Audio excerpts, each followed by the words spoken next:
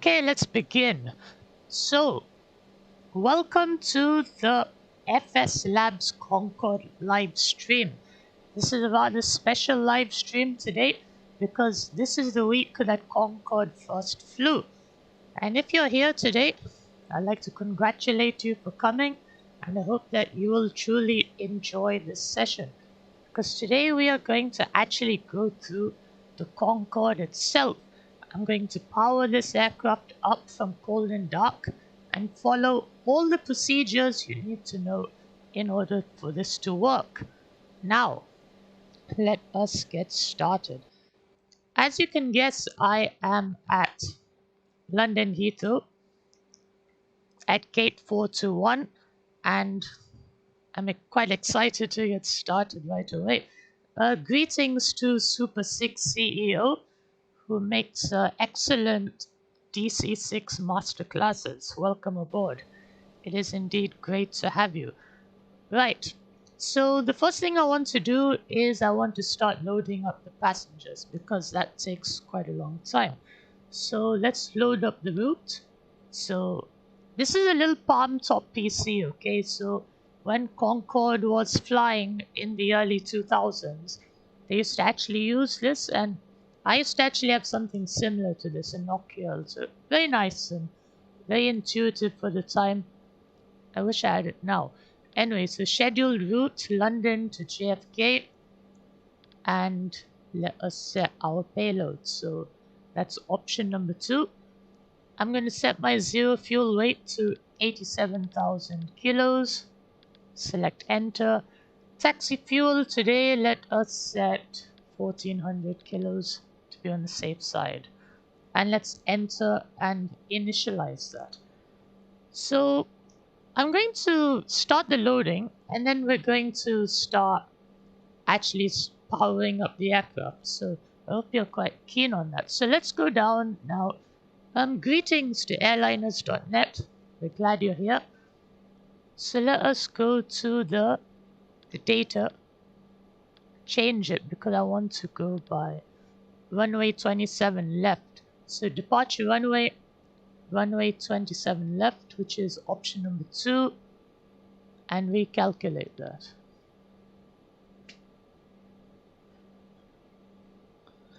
Okay, so just checking the data again, runway 27 left, and yeah.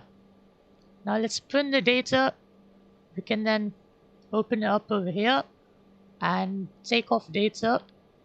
So what do we have? We have a V1 of 157 knots, rotate 196, V2 220. Important things to notice is CFG 53.5, trim 2.5 for takeoff, and a velocity 0 rate of climb of 244 knots. So let us add that into the speed control of 244 knots.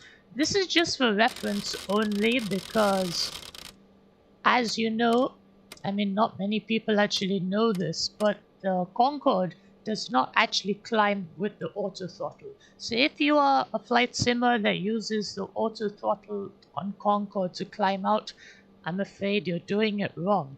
Plain and simple. So with that out of the way, I can cross out the EFB. One last thing I need to do actually is to bug the instrument. So there we go. All done. So that's out of the way. And comment here, 88,000 kilos is way more than the Super 6 could ever hope to have on board. Indeed, the Concorde does carry quite a lot of payload, mostly fuel. So the first thing I need to bring your attention to is the external power. We are already powered up on the ground over here. The ground power available light is on and we are making use of it. And you might say, how do I know that? Well, if I go to the AC volt selector here and I go to ground power, you can see that it is showing 115 volts and 400 hertz. And the single distribution is this ground power available switch, and that pretty much powers everything. The batteries can stay off for now, they don't need to be on, that they are only as a backup for the transformer rectifier units.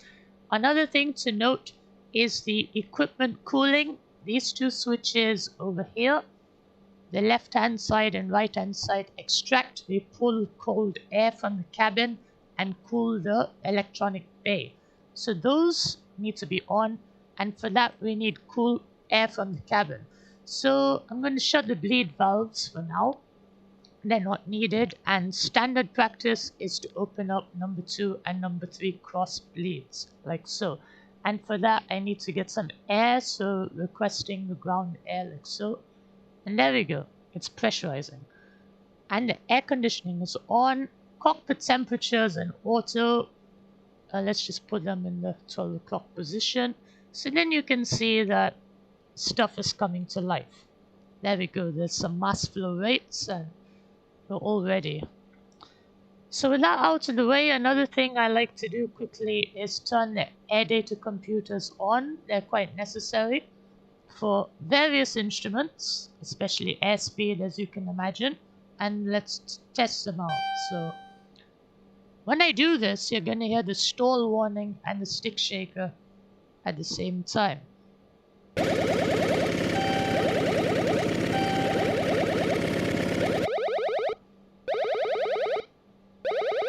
And you can see the altitude rapidly increasing.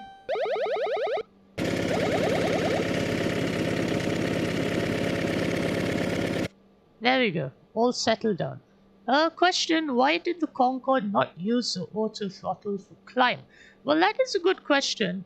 And if you read the manuals of Concorde, the official documentation, you will actually see that it tells you very explicitly that Concorde's auto throttles were only used for cruise and approach and landing, if serviceable.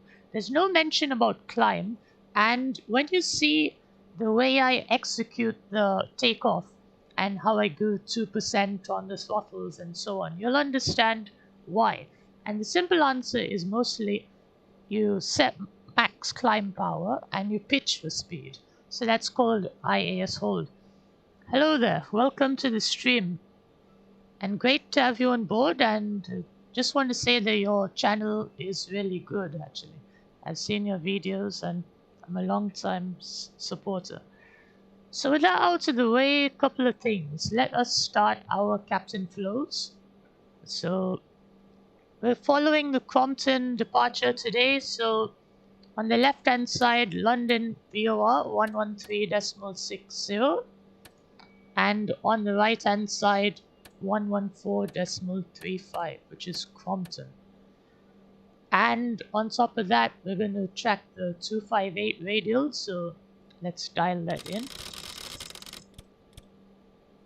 And at London 7 DME will turn to 271, so let's dial that in.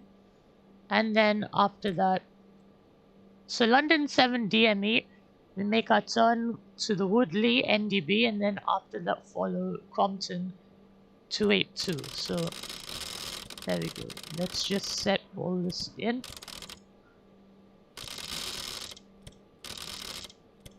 And 6,000 feet should be on the AFCS for this departure. There we go. So that's pretty much that stuff out of the way. And let us continue now with our cockpit flows. So we're going to test the warning and landing light display. Like so. We can also test the GPWS. Light load. All hot. All hot. Another thing which I need to do actually is let's start the refueling. So let's right click the ground call button. Like so. And you can tell the refueling is begin because the total contents is increasing. So pretty handy to do that so we don't have to waste time. So we tested all that. Let's now test the ADI because the alignment of the INS has already taken place. So testing the ADI like so. We can test the HSI.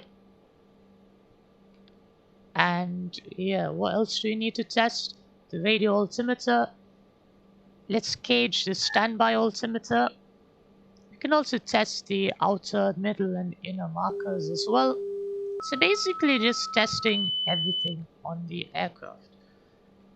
And let's hide the yoke or let's bring it backwards to continue. So clock and TLA bug set to 1 minute and 15 seconds. And the time right now is 19 minutes past 9 GMT in the morning. Right, coming over here to our engine instruments, no flags, red flags. That would indicate the failure of an essential bus. So that's all good. We can test the takeoff monitor, like so. It engages. And yeah, let's go down. Reheats on departure today is 4 reheats.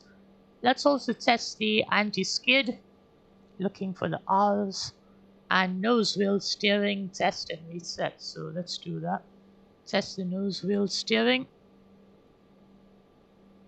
And let's reset that. Coming over here to the flight control position indicator, we can do alarm test and alarm reset, like so. And we can also test the first officer's sides.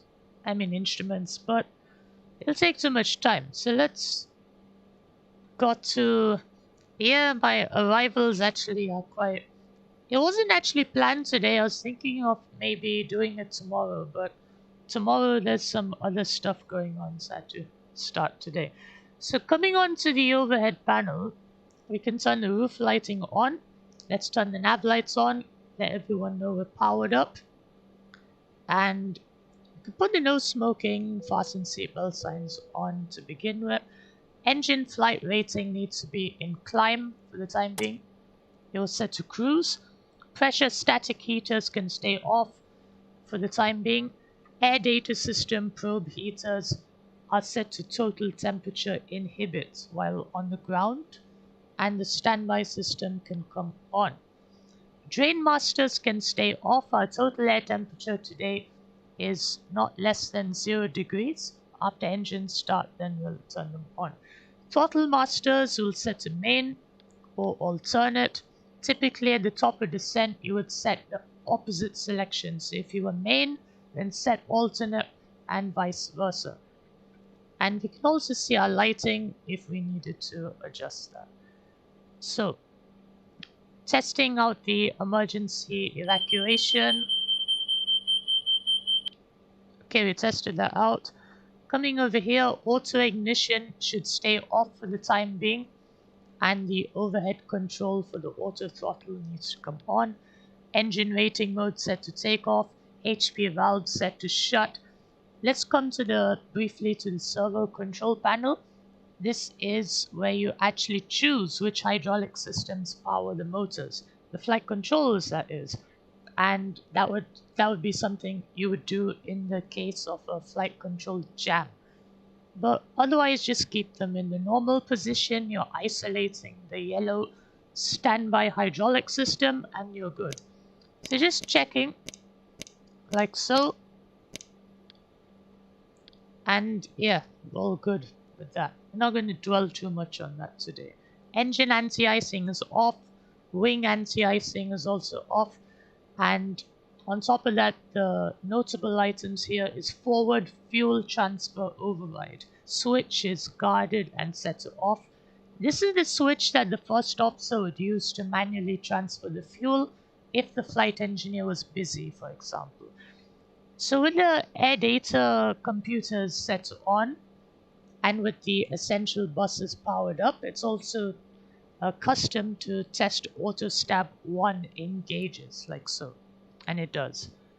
And I'll set it to off for now. Flight control inverters we set on.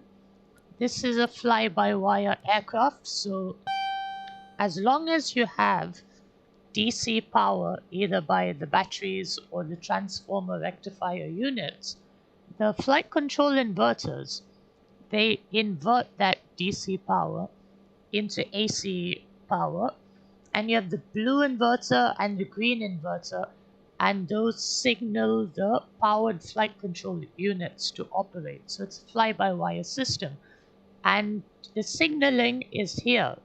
In fly-by-wire was at its infancy when Concorde began, so it's quite natural to assume that they built a mechanical backup as well. We have the blue system, the green system, and the mechanical signaling system.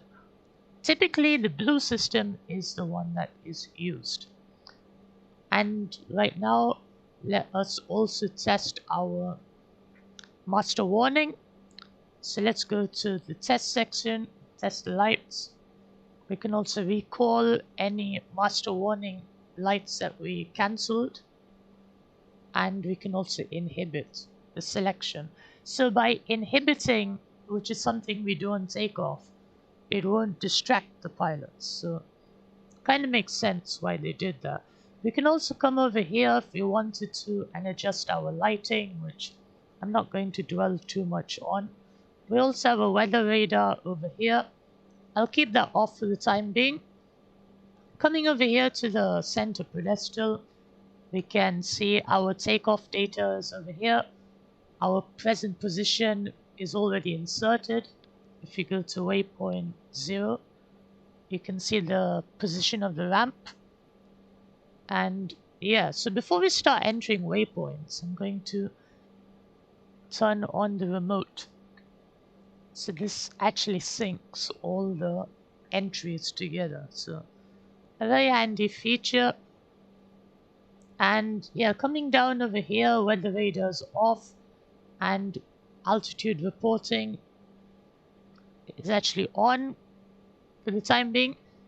TCAS is set to standby, and in the old FSLabs Concorde, there was actually a test button over here which you could test it, but that doesn't seem to be working on this one. So yeah, we can also test our ADFs. They're set to 352, which is Woodley, and there's also a light test over here which I want to do. So hold that down. It's a bit tricky, these click spots. Hang on. So if I hold this down, then you'll see what I'm talking about. If this was Microsoft Flight Simulator, it would be easier.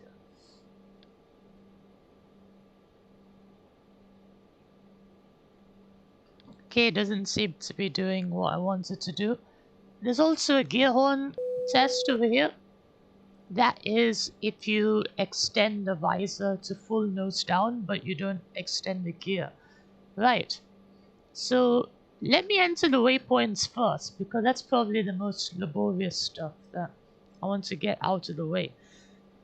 So coming over here to this little data sheet that we printed, let's first examine the data. So our acceleration flight level is flight level 260. Interesting stuff to know. And let me take a photo of this on my phone so I can enter in the waypoints without having to go back and forth all the time. So just taking a picture, and let's come down to our INS CDUs, control display units, and let's enter in the waypoints. So going to waypoint number 1, which is, hang on, I'll just take another photo. This camera's gone blurred. Sorry about that.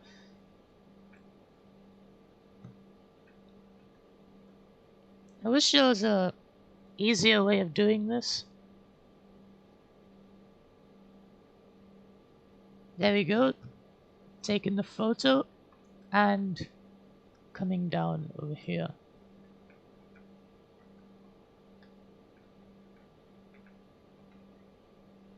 Right. So the first waypoint is Woodley, which is... This phone also is acting up at the right time.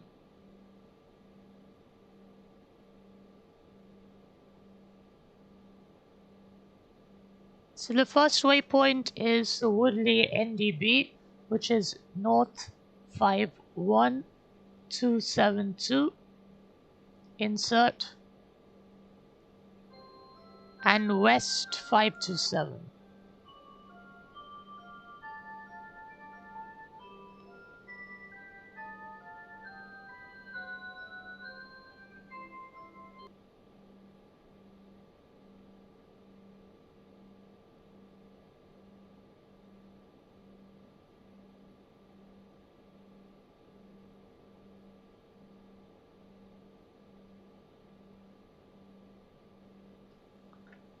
Okay, the next waypoint after that is the Crompton, which is north 51295.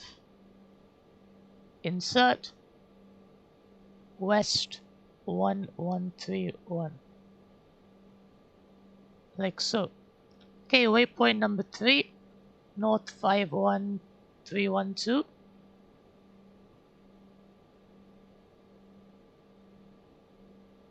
And west 1273.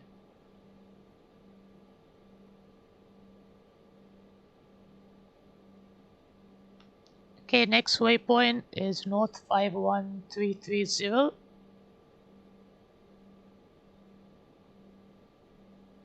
Insert west 1416. Insert.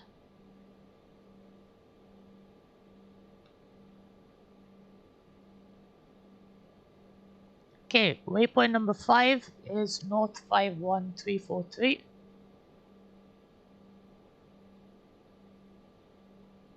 And west 1525.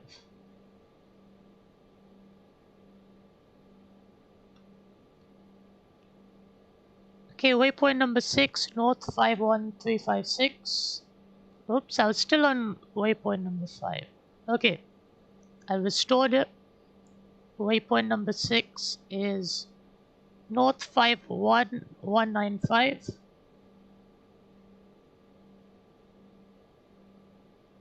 Insert west 3393.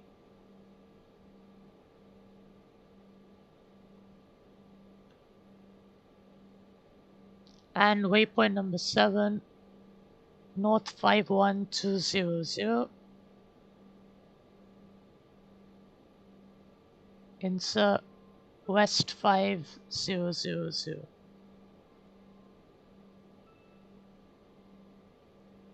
Finally, waypoint number 8,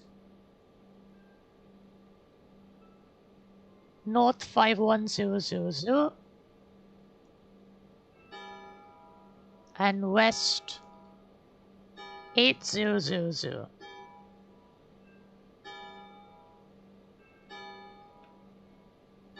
Finally, the last waypoint we can enter, because the INS only takes 9 waypoints. So north 50500.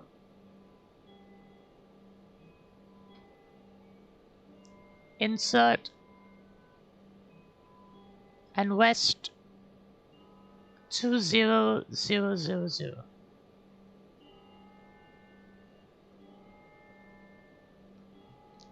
Okay, that's all the waypoints I can enter into Concorde for now. And we can check it's all synced. So if we come to waypoint over here, we can scroll through them and check that they are all there.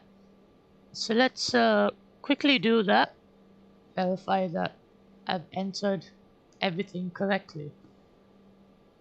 So starting from the top, waypoint number 1, it looks okay. Waypoint number 2, yep. Waypoint 3, and waypoint 4.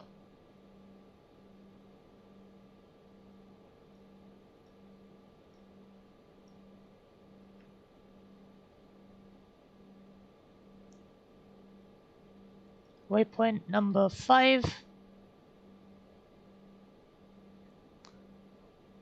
Waypoint 6, just checking them very quickly. Waypoint 7. Yep, waypoint 8. And waypoint 9. Yep, we're all good and down to 0, ready for nav. So coming over here to the MSUs, mode selector units for the INSs, we have 3 of them. The ready nav lights are on, so let us set our MSUs to nav. So nav on 1, 2, and 3. The ready nav lights are out. Loading is checked, nav mode mix. And we can see a couple of more people have joined the chat, and Greetings to everyone, and hope you're enjoying the Concorde live stream. So let us now continue with the flight engineer's flows. So coming over here to the ground hijacker, these are electrically driven hydraulic pumps which are used for ground verification. So if I set them to on, for example, and I turn it, and I come over here, I can check now that my yellow standby system is pressurized. If I come over here, I can now see, let me rotate it again. There we go, both the green and the blue hydraulic system is pressurized. And of course, as you can see, it is pressurized but not within the green band because these are electrically driven pumps.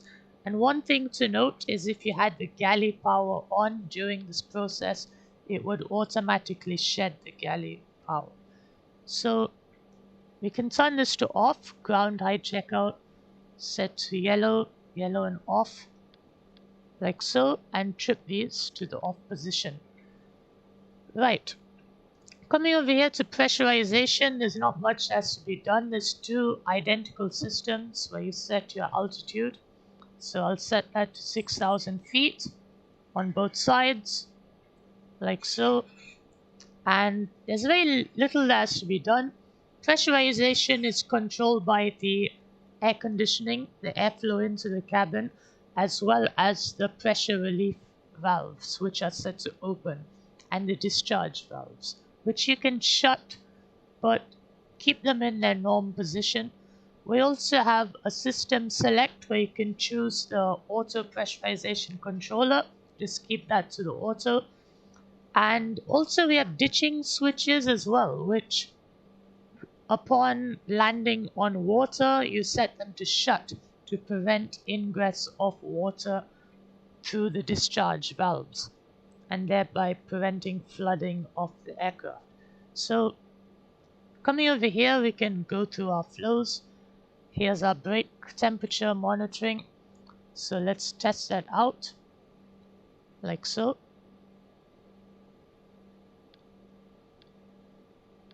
Set it to test, and the brake temperature test is done like so.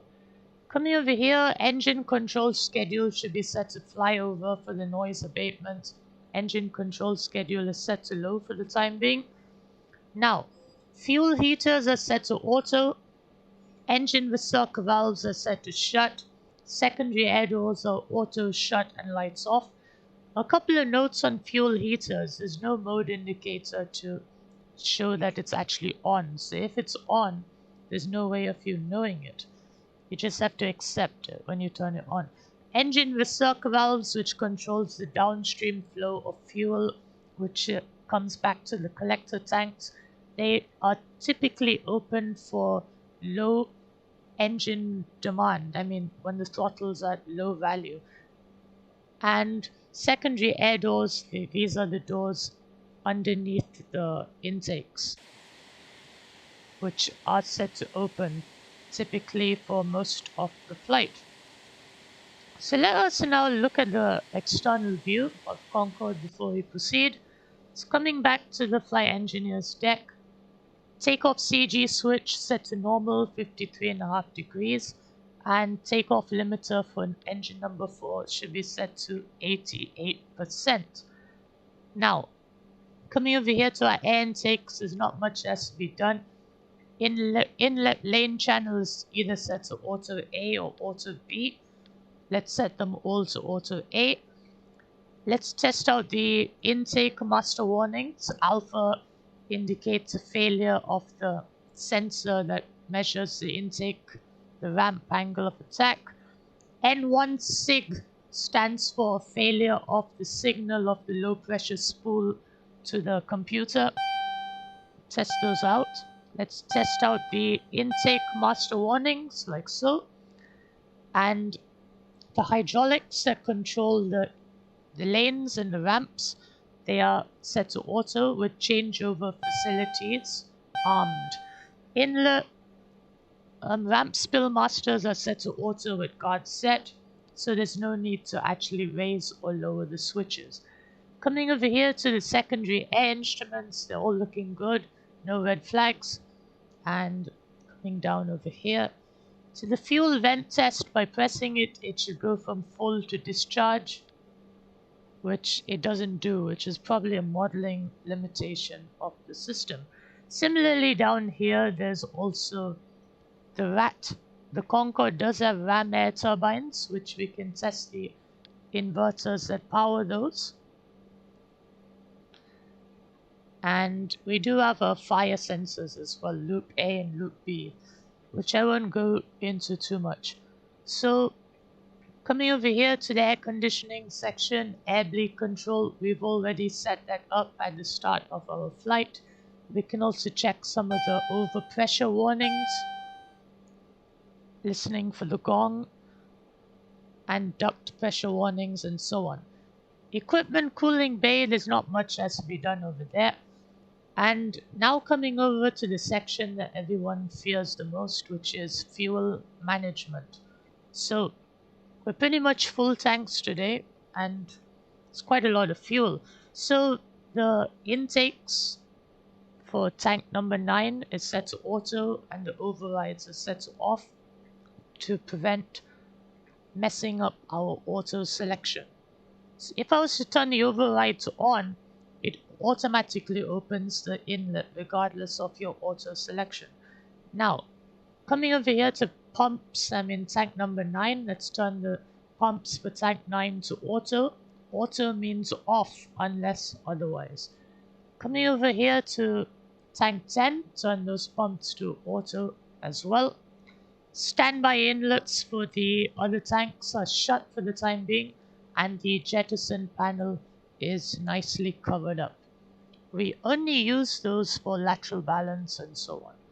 Right, trim drain pipe is set to shut, and the connection valves between tanks 5A and 5 and 7A and 7 are set to shut for the time being as well. Right, coming over here, we can set our fuel remaining aircraft weight. So our aircraft weight, I'm basically going to say it's our zero fuel weight of 87,000 kilos. So let's set that up. So it's a bit tricky, but with practice, it makes sense. So 87,000. Like so. Now right click it to reset it, and now it's setting up the fuel remaining. So let's check what the fuel remaining is over here. Divide this by 10, 9050. So let's come over here and set that in.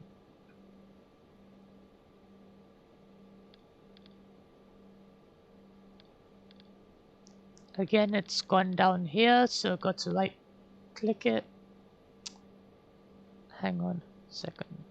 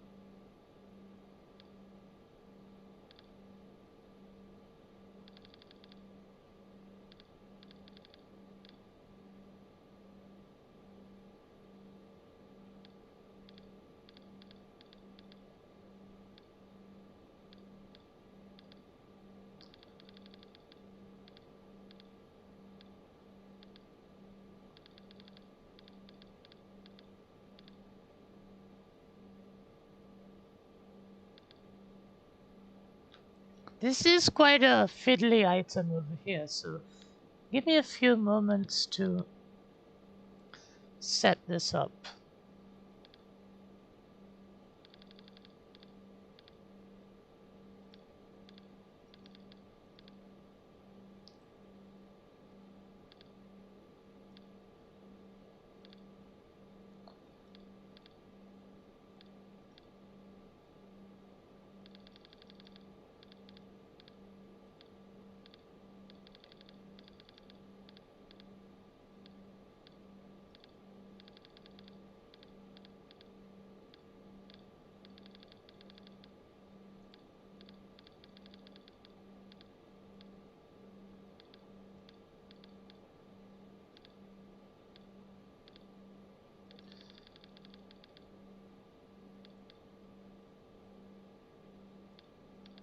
There we go. So setting in 9, 0, 9, 0, 5, 0, like so. And to the best of my ability, that is set. It's quite a tricky item. The fuel remaining aircraft weight. 0 fuel weight and 0 fuel CG is already entered in and is correct. Coming over here, our inlets to tanks 5 and 7 are set to shut for the time being, and the overrides set to off. Aft trim is set to normal, which is the standard, and the interconnect valves are set to shut. Similarly for tanks 11, set the inlets to auto, overrides to off, and we have a choice of 2 pumps over here, auto, electrically driven, and hydraulically driven as well. So that's the fuel system set up for the time being. There's no need to alter that.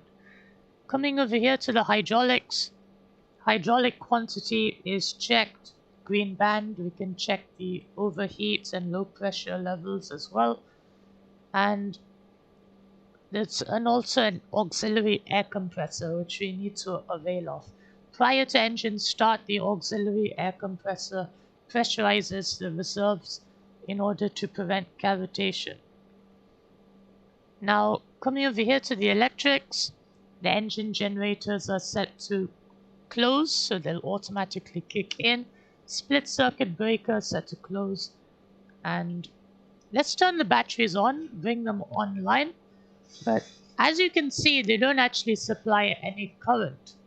They're used as a backup system only. And everything else is in good shape. So, coming over here to the engine fire test, we can do our engine fire test now. And looking at the handles, we can see them flashing.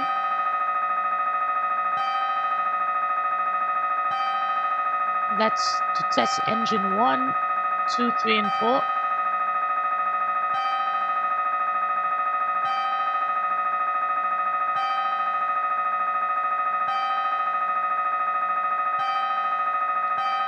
And let's turn that to the off. And finally, to cancel it, we go over here. Cancel. There we go. So we've cancelled that now. Right. So what else is left? We've done the overhead panel already. And yeah, so we did the overhead panel, the AFCS, the main cockpit instruments, and the flight engineers panel is also set. So, and let's verify that refueling is complete. It is. And yeah, that's pretty much it. Door warning lights we need to test as well. Ensure that all doors are off. Tested and off. And finally, it's time for engine start.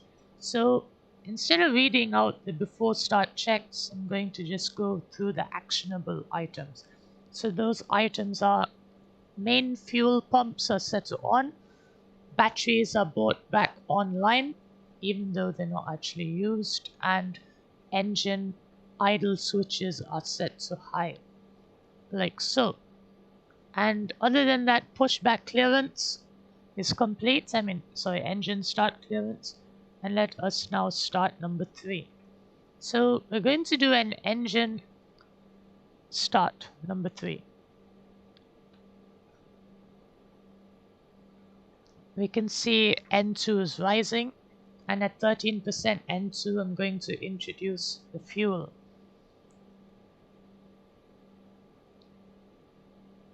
Okay, 13%, introducing fuel to number 3.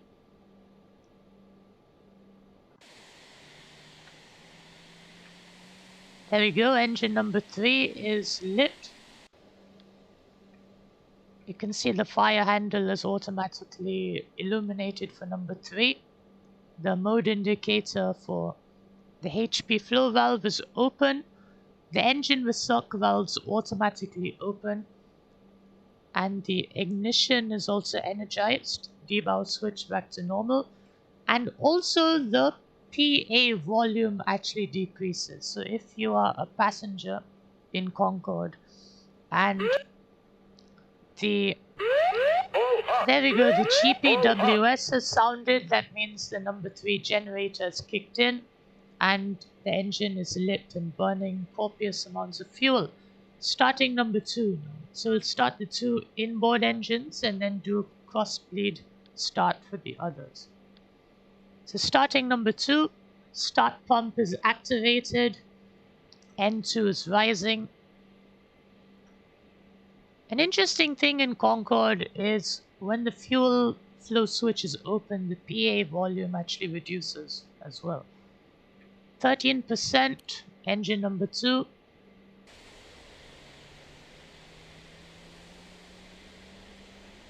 It's great to have you back on the stream.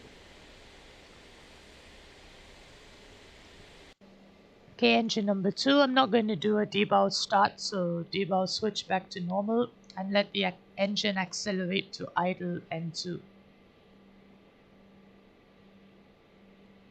Okay, engine number 2 is slowly spooling up.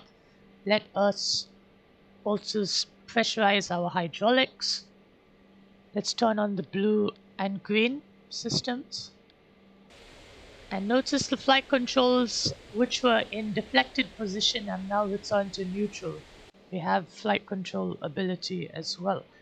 Right, coming over here, I'm going to cancel the neck jam and turn on our electric trims.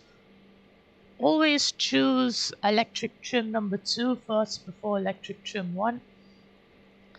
Are you going to do a full flight or 8 times speed? I'm probably going to speed it up actually. I'm definitely going to do a lot of flying, so we'll have to see actually how much time I have. But we'll keep it entertaining nonetheless. There's always stuff to do in Concorde.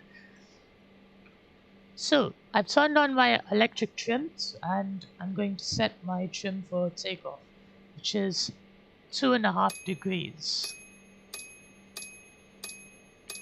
Oh, actually, was it 1.5? Let me just have a check. Performance calculations, takeoff. Trim 2.5 for takeoff, corresponding to a CG of 53.5.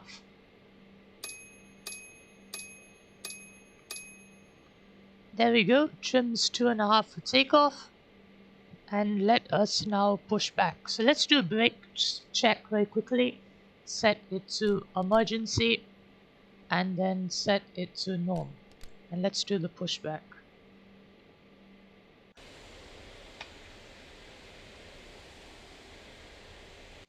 Okay, the pushback is happening. Let's lower the visor. Visor's coming down to 5 degrees and let us start the cross bleed engine start. So coming over here to the air conditioning panel, opening up the cross bleeds, opening up the engine bleed valves, and closing off the air conditioning allows sufficient airflow to all 4 engines. Okay, so starting number 4.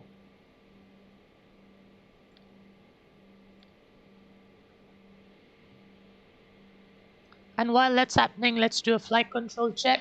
So we're in the mechanical signaling. Let's pull up. It's very sluggish, as you can see. Push down. 13%. Let's introduce the fuel.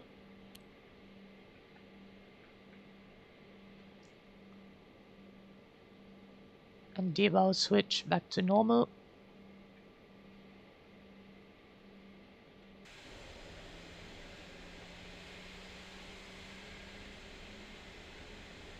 And let's do our controls check. Okay, let's stop the pushback over here. There we go. Okay, number 1. Engine number 1 is left. Starting number 1. Also, now let's switch to the green channel. This will be much better. Reset that. As you can see over here, we're now using the green signaling. And let's do our flight controls check.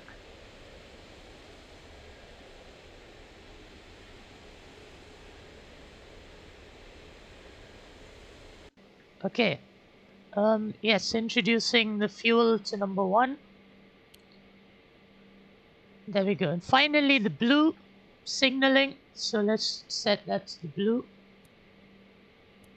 Like so. And this is the final one. Okay, let's go debow switch back to normal. And allow engine number 1 to spool up. So flight controls check for the blue system. Full up, pull down and push down. Left, checked, neutral, checked. And now let's test the rudder. So that all checks out. And finally, we need to engage auto stab and artificial feel. So auto stab 1, engage that. Auto stab 2, as you can see, the anti-stall system fail lights have gone. Artificial feel 1 and artificial feel 2, engage them. And now, finally, we need to do an autopilot engagement check. So let's set autopilot 1 on.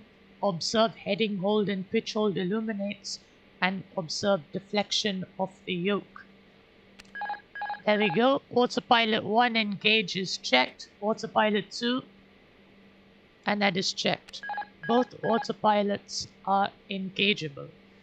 Finally, let's do a cursory scan of the overhead panel and fix a couple of things. We need to turn the auto ignition on now to prevent any rollbacks. Seatbelt signs, that's all on.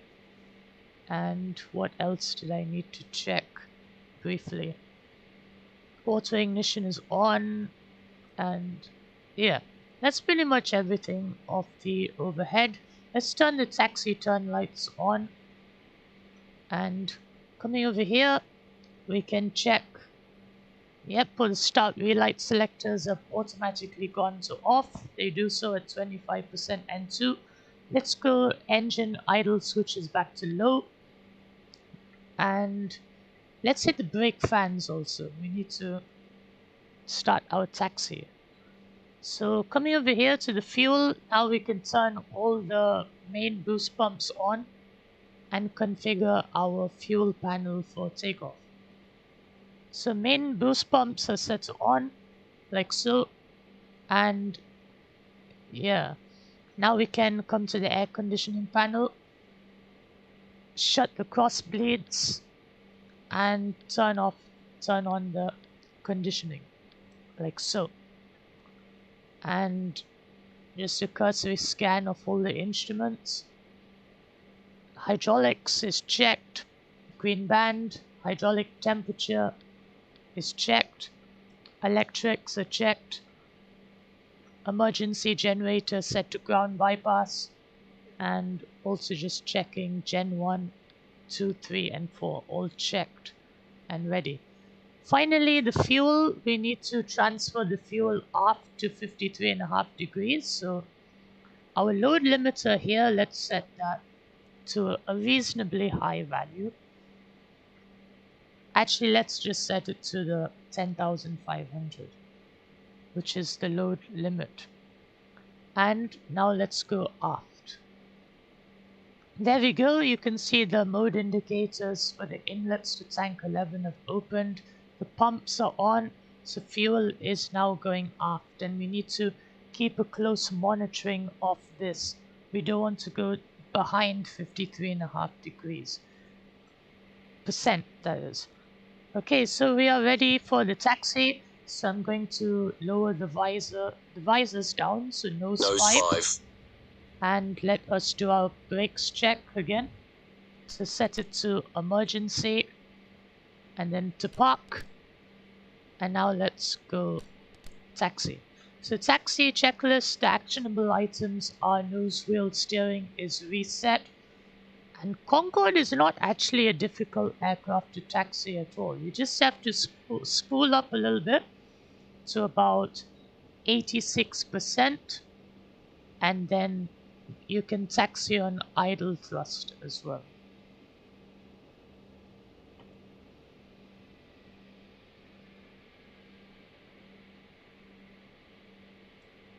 Okay, so taxiing And the steering is actually really nice on this aircraft.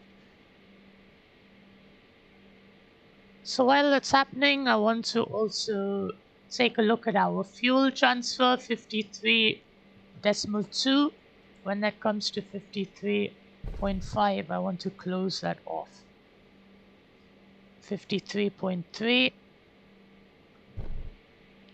Otherwise, I'm going to get into CG problems on takeoff.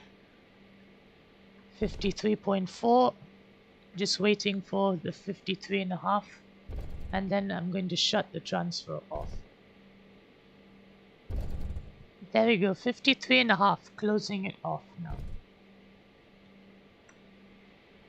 There we go, 53.5 degrees, and that's the fuel. Hang on, let me just set the parking brakes and just configure the fuel system for takeoff. So now with that out of the way, I can turn on my fuel load protection. I need to turn my pumps on for tanks 5A and 7A for de-aeration, because Concorde climbs at high vertical speed, so you need to de-aerate the tanks to avoid boil off. So the de-air for tank 9 and tank 11 set on, and we also need to turn on our pumps to tank 5 and 7, which feed directly into tanks 1, 2, 3, and 4, and also we'll turn on the right hand side pumps for tanks 6 and 8 for de-aeration, and also set the inlets to tank 5 and 7 back to auto. Other than that, everything looks good. The fuel system is all set up, cross feeds are shut cross line, and all we need to do now is just taxi to the runway and take off. So continuing on with the taxi, I need to advance the throttles to about 86% to get the taxi going, and then I can reduce it to idle. Couple of questions in the comments. It says, even though I'm not scared to fly on aeroplanes, I think that I'd have much respect on board this aeroplane. Imagine how fast you are, and with those tiny windows. Indeed, Concorde does have very small windows, which I think were made even smaller after the prototype version. And interestingly, the window, you have the window, and behind you have the scratch pad, that is, and behind the scratch pad you have 2 layers of heat-resistant glass, and through which cool air is continuously pumped.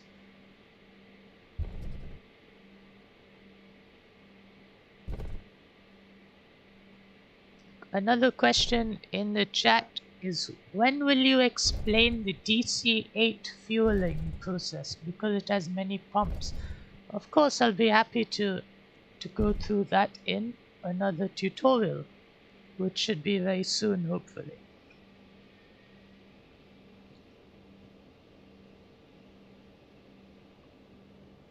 So continuing on with the taxi, this is a good time to test our reverse air shut-off test. So we need to rotate the rotary selectors to E, like so, and do our reverse air shut-off test, testing NTRC, nozzle thrust reverse control. You can see the 4 lights are flashing over here, so let's go mid-travel forward. N2 should not increase by more than 6%. Idle and idle reverse. And cancel. Okay, so that's one of the final tests that has to be done before takeoff, and set that back to the normal. Basically, that prevents any runaway. So if the thrust reverser buckets are set beyond 27 degrees, the reverse air shut-off comes into place and shuts it off. Prevents any runaway. Okay, so finally, before takeoff, we need to do 2 very important things. One is reheats are selected for white, we need to definitely use our reheats on takeoff.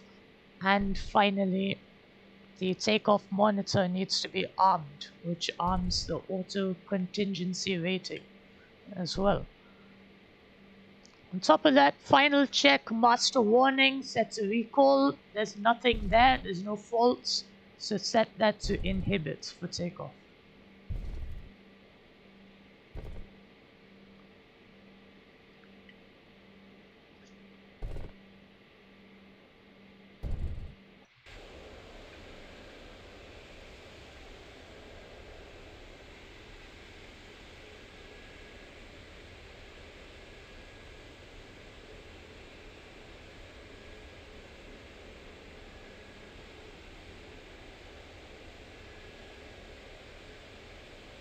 Okay, taxiing the Concorde onto the runway. It's always a good idea to line up ever so slightly to the left of the center line due to the tendency of number 4. And before we take off, just a cursory glance that everything is working. We generally call the stewardess 3 times to let them know for takeoff. Like so. Just checking the flight engineer's controls once again. And everything looks good, especially fuel, air bleed control, as well as hydraulics and electrics. It's all good. So the takeoff roll is quite interesting. So I'm going to set time elapsed, and on the count of 3, I'm going to start the chrono. And then after that, everything continues on. So time elapsed. 3, 2, 1, now. Let me actually set the chrono set to on. There we go.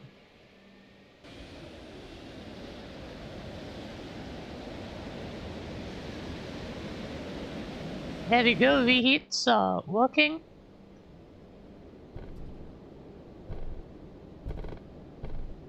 Airspeed building. Airspeed building, 60 knots. 80 knots cross-check. 100 knots. Power set. 100 knots. The 4 green lights are on.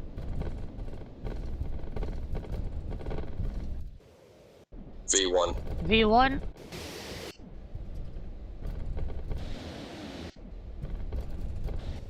Rotate. Rotate. Let's pitch to 13.5 degrees.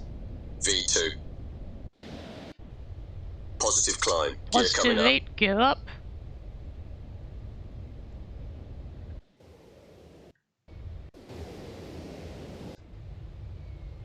Coming on 240 knots, pitch to 20 degrees. To maintain 250 knots, keep pitching 3, up. 2, 1, noise. Okay, pitch down, and I'm going to pull the throttles back to TLA. After takeoff checks, please. Landing gear. Up, lights off, neutral. It's very important to stop the after takeoff checks, otherwise the virtual flight crew come Your back. throttles.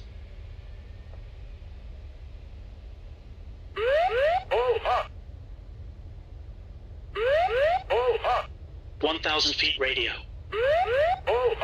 5 greens. Go around altitude is set.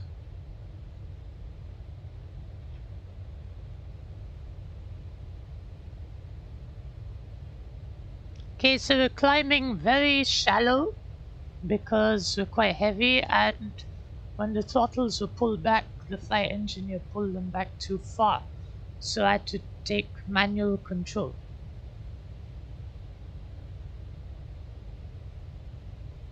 So just pitching for speed. 256 radial has come up, so let's turn towards that. Our speed is quite low, so I'm just going to set max climb power for the time being. Don't want to stall and fall out of the sky.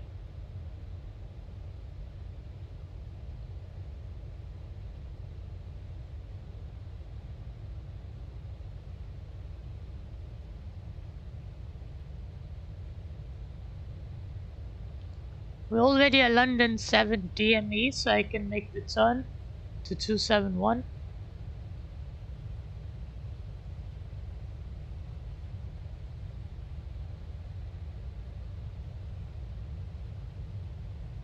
It's pitching for speed.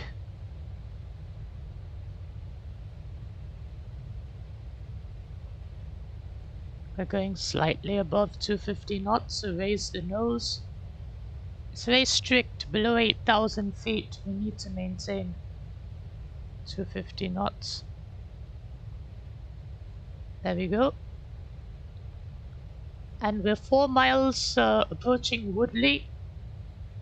Okay, 4,000 feet. Now we're climbing quite fast, so that's good. Altitude alert, 1,000 to go. Altitude alert. Let me just reset my AFCS to 26,000 feet.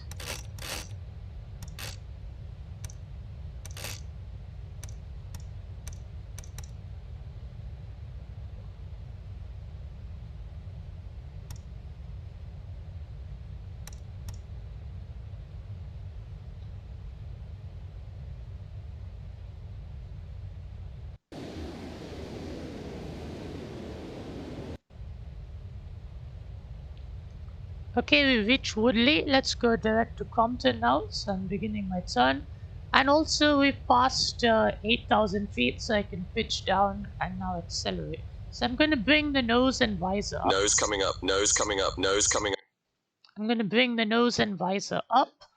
And I'm going to accelerate now.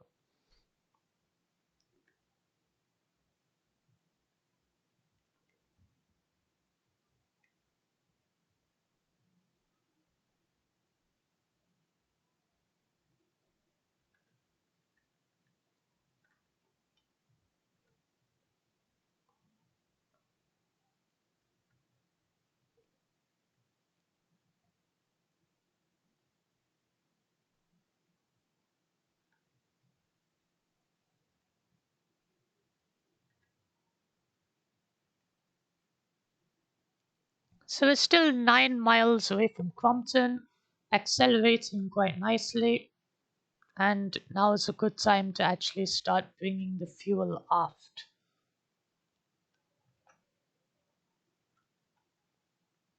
Let's also engage the autopilot now to take over. So let's go autopilot 1 and let's follow the INS route. Let's set our RAD INS switches to INS and let's follow that. We can turn the flight director on as well. We're in pitch hold at the moment, which we can adjust over here. So let's go nose down a bit and chase our VMO. Also, as part of the after takeoff checks, we need to ensure that our engine rating is set to climb. I mean, like so. There we go. You can see that climb has illuminated and takeoff has extinguished. And other than that, we need to also our drain masters, they need to be on. Our ADS probe heaters can come on now. Pressure static heaters as well. 390 knots. Let's go IAS hold. The aircraft will now pitch for speed. We're currently at max climb power. So this is the part I was explaining on takeoff, that you don't actually use your auto throttles during your climb out. You set max climb power and you pitch for speed. Okay, now that we've selected our climb mode, we're going to arm altitude acquire, like so. And also, once we've done that, we can also prime the auto throttles as well. This doesn't actually engage them, but rather it primes them for automatic takeover once the aircraft levels off. We can also return our instrument transfer switch back to my side. Otherwise, during landing, if you've forgotten, that confuses. Also, master warning, we can set to recall. Seatbelt signs, they can go off. No smoking stays on. Also, the noise abatement procedure is over to set our engine control schedule back to normal. Secondary air doors we now set to full open position. Brake fans, let's turn those off. Checking pressurization. Pressurization is normal. Cabin altitude is steadily increasing. And coming over here, the fuel is going aft. We're targeting 55.5 degrees, 55.5 that is, on the subsonic, the transonic leg.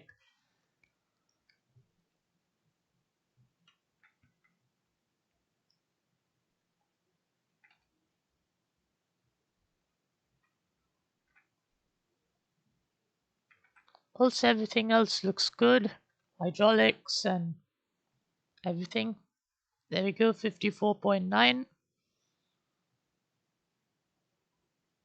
And then 55. Let's close that up.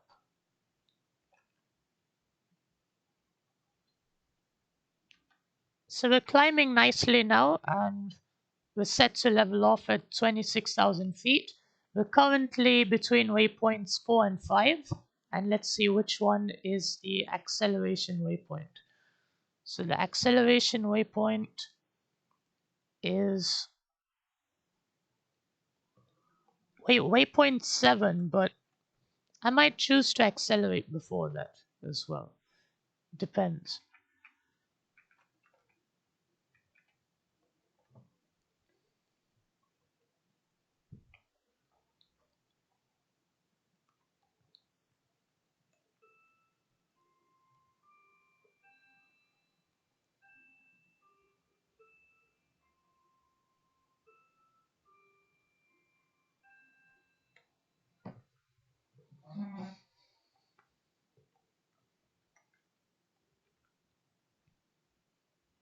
Okay, altitude alert, 1,000 to go. Coming.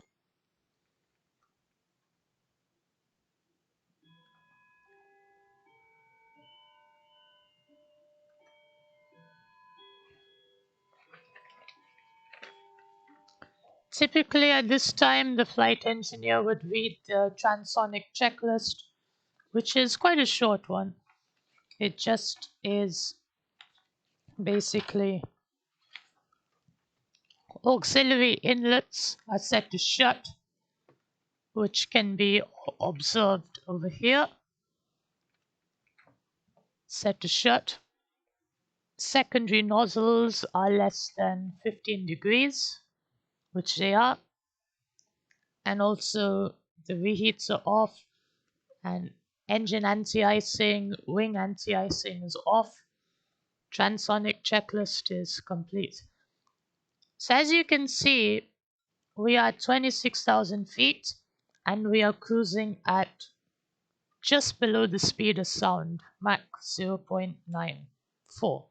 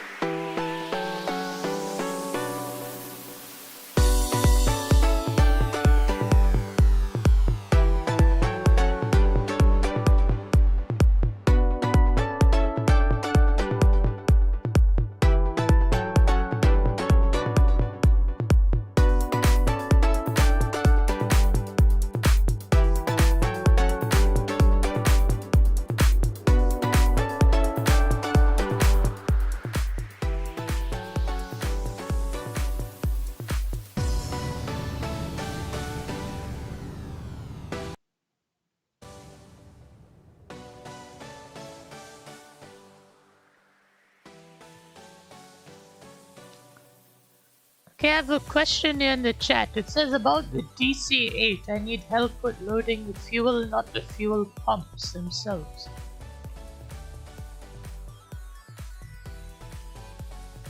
So there's actually a method of loading the fuel, which is something that I don't quite remember at the top. There's the automatic fuel loader, and on the Just Flight DC-8 you have to do it manually via the P3D default loader. But in the manual of the Aerosoft DC-8 there is a guide that tells you exactly how much fuel, how you load the fuel. First you fill up the mains and then the alternates and so on.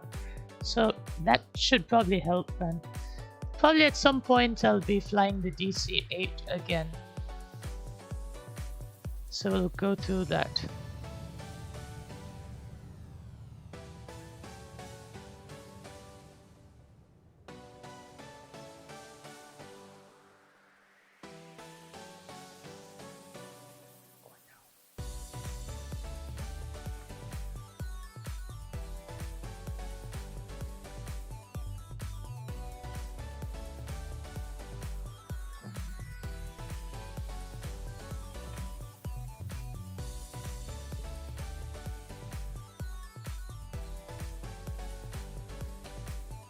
No problem at all.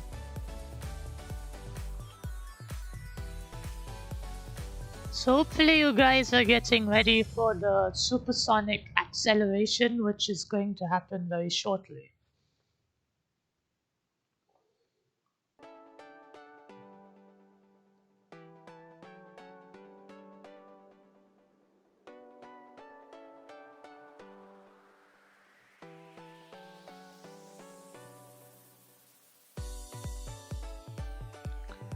Yeah, the DC-8 is one of those aircraft that has a lot of tanks. It's actually got 10 fuel tanks, and that can cause issues. But the fuel management is actually quite easy.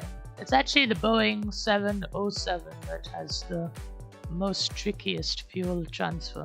Even Concorde is not actually that difficult at all, unlike what many people think.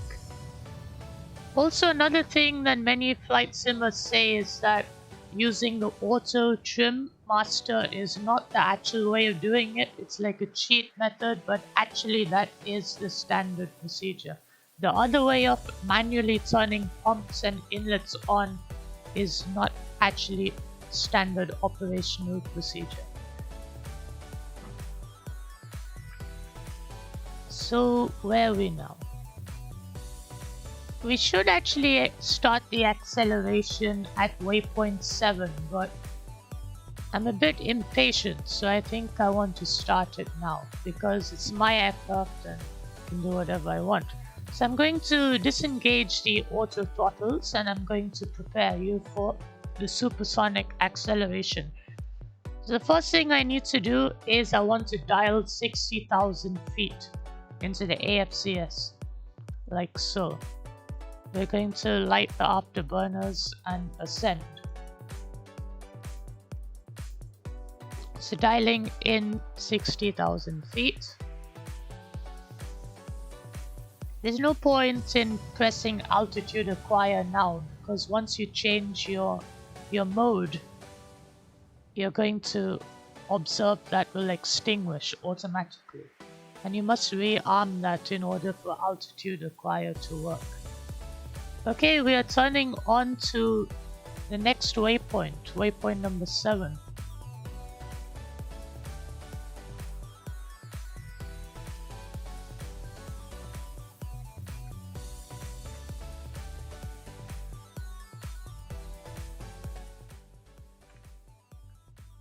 Turning on to waypoint number 7 now, and I think it is time to start the supersonic acceleration, which I want to do once the aircraft starts to stabilize.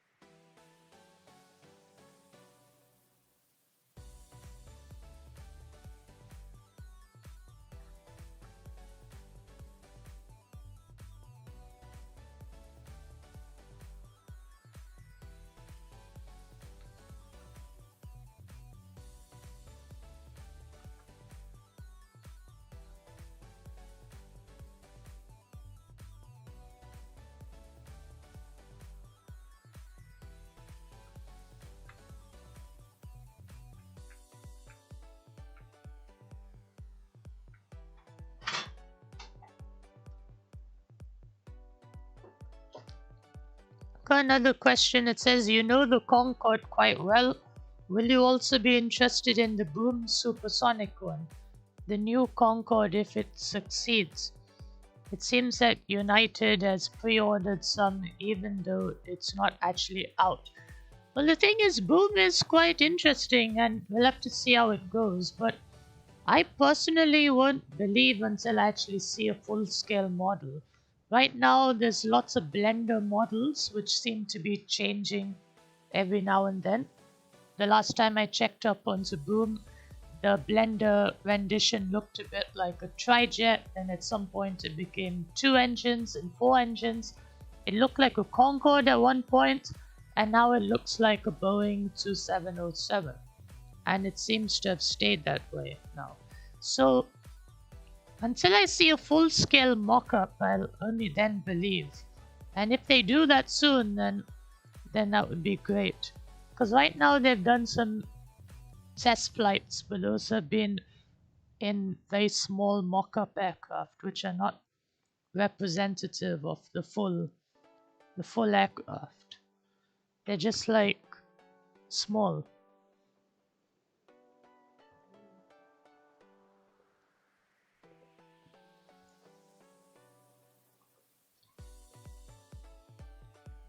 Another thing which when I was in my aero engineering course, they said might be a bit unrealistic.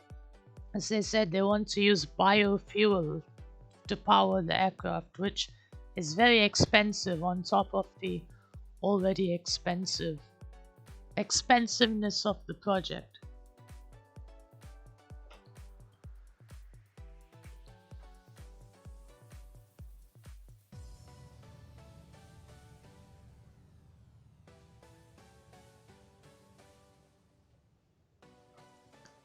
It says the test flight was meant to see if they could build supersonic stuff and avoid the sonic boom. Well, that is quite true actually, because the sonic boom is quite hard to avoid and many aircraft need to have very long noses to achieve that, which actually has a penalty on aircraft design because there's limited space then to put the passengers in.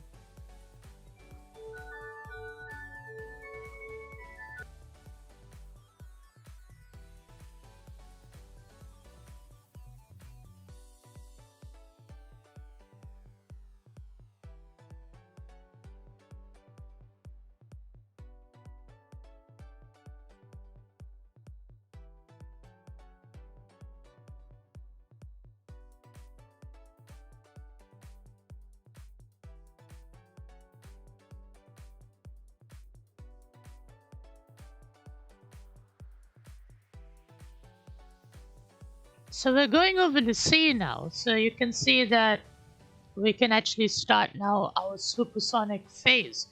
For some reason the aircraft did a full circle around one of the waypoints, so I fixed that by doing a direct intercept.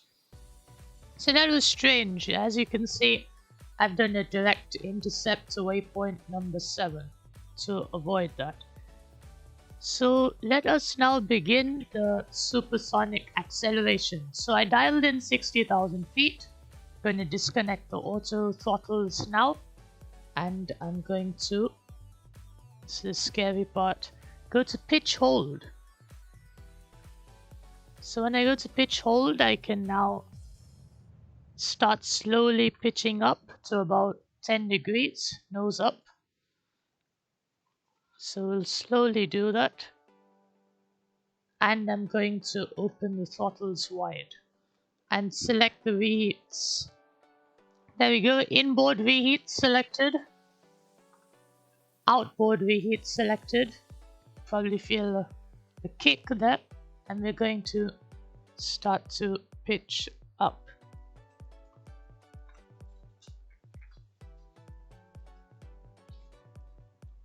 There we go. Going to start pitching up to avoid overspeeding to about 10 degrees.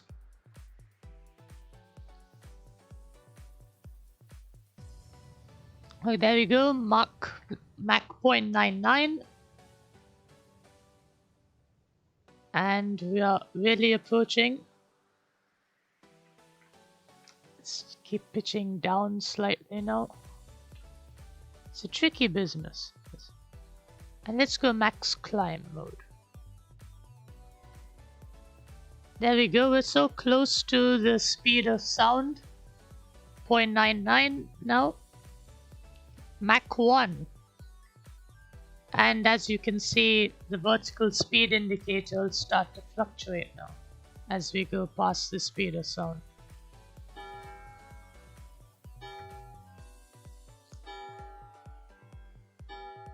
There we go, Mach 1. The speed of sound.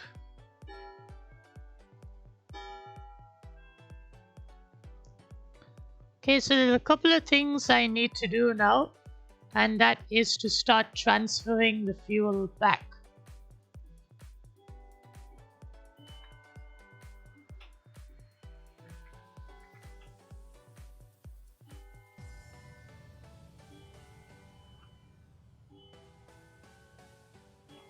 There we go, past the speed of sound. And also we need to do time elapsed on the reheat. So let's go to the flight engineers section. Go to the timer and start the timer. Because we can only use the reheats for a maximum of 15 minutes.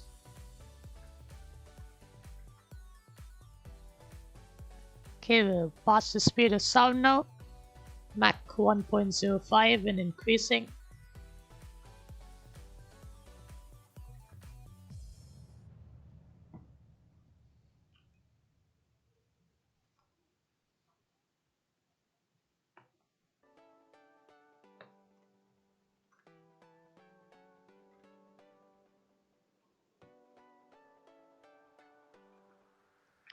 And it's very smooth, there's no indication to let you know that you're beyond the Mach 1. Other than the Mach meter, of course, which is in the cabin. So, past Mach 1, so Mach 1 checks. Transparency, de-ice and de-mist is set to off. Pressure static heaters, they can go off now as well. And Mach 1 checks is pretty much complete.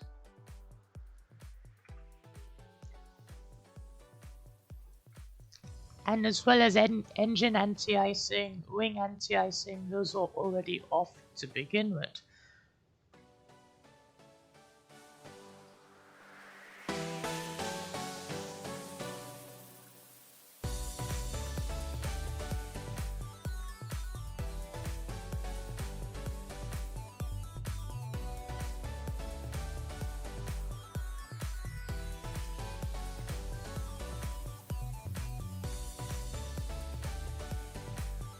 If you come to the behind of Concorde, you can see the reheats. And at Mach 1.7, we cut the reheats off. And the aircraft accelerates to Mach 2 on its own.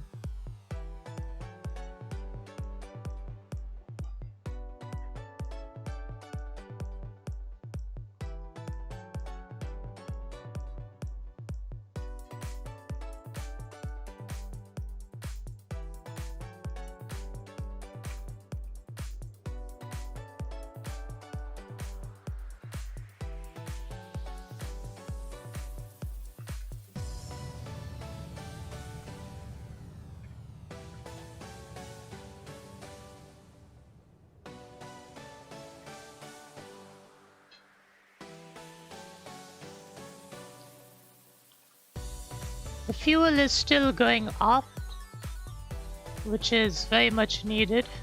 We need to get targets of 59%.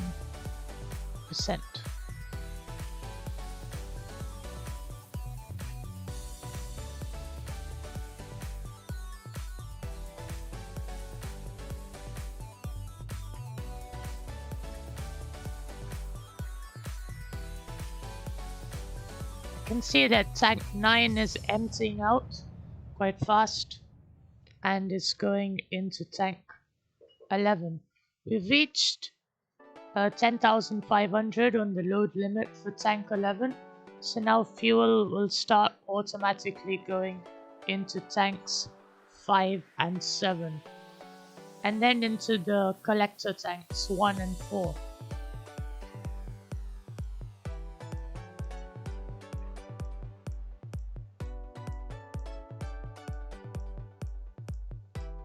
So with that out of the way, we need to empty out our wingtip tanks 5A and 7A. So to do that, we turn on the trim drain pipe and the interconnect valves and go up trim.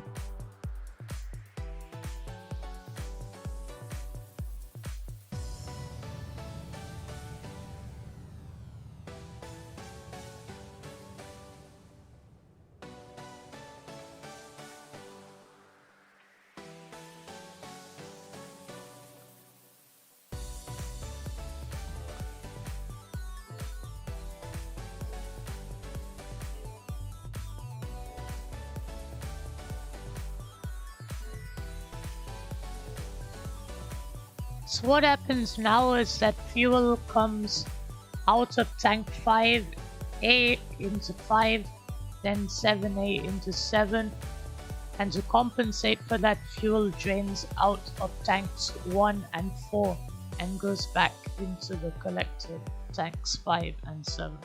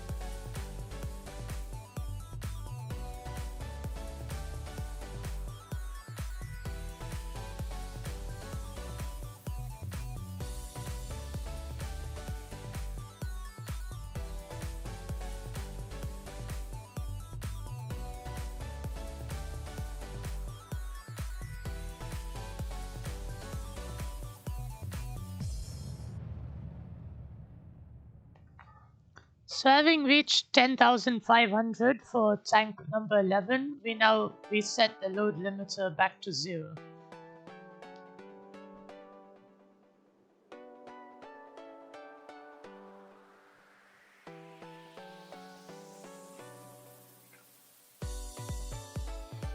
And now you can see the fuel is pouring into tanks 5 and 7. And also slowly creeping out of tanks 1 and 4. And that's what ARC trim is all about. And the fuel in tanks 5A and 7A is emptying out. That is a must in order for the heating and the kinetic energy and all that. That's why the wingtip tanks, they need to be empty. We're already past Mach 1.7, need to cut the reheats off, and time on the reheats was 7 minutes, so I'm stopping the timer now. And we're within the 15 minutes, so that's good. Mach 1.7 checks, we need to turn one flight director on, autopilot 1 on, and auto throttle 1 on, as well as set our cruise rating as we come to 50,000 feet.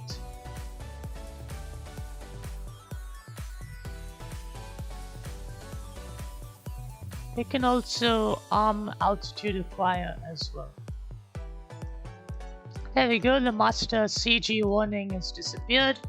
We can also see that we are coming towards our 9th waypoint.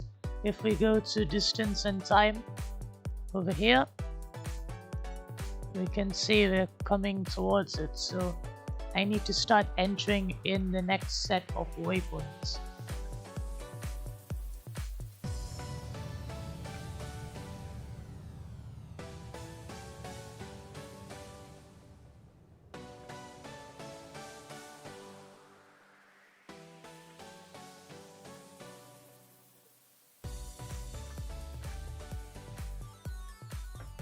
So the next set of waypoints, I'll just take a photo of them and enter them here.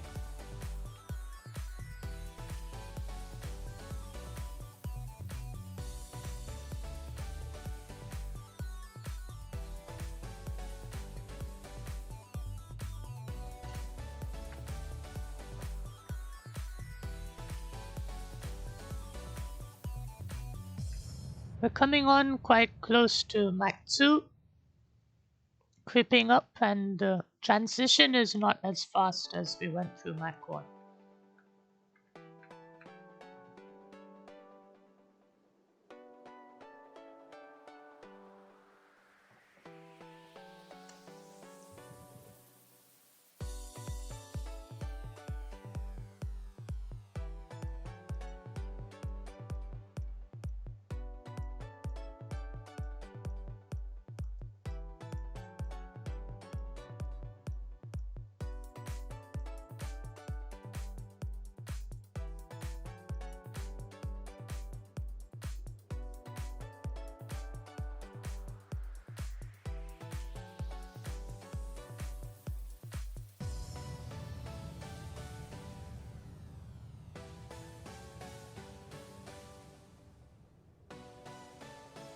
Okay, it's entering in the next set of waypoints now.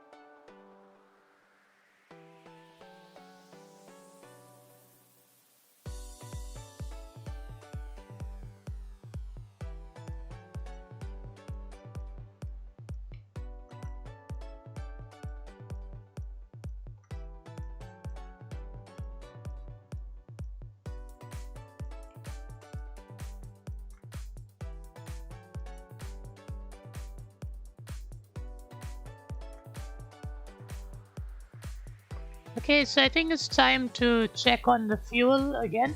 So we can see that the contents of tank 9 is fully emptied out. So we shut the pumps to tank 9 off, and tanks 10, same thing. So we shut those off. And we're reaching 59%. Also, we have a good amount of fuel in tanks 6, 8, 5, and 7. That's all okay. And tank 11 is at the load limit, 10,500. And as you can see, fuel in tanks 1 and 4 has decreased to maintain up trim. And that is pretty much the analysis. Also past Mach 0.7, we can shut the de-airs off like so. They're no longer required.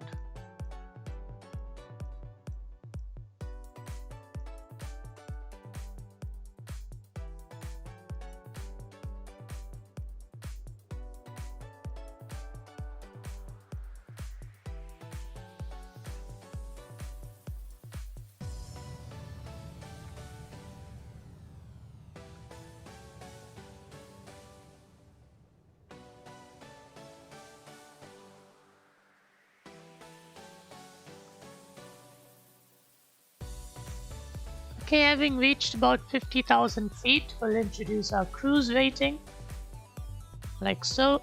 And as you can see, max climb and max cruise are both illuminated, like so. And this is the most efficient way for Concorde to fly. As it burns fuel, it gets lighter and will slowly creep closer to 60,000 feet.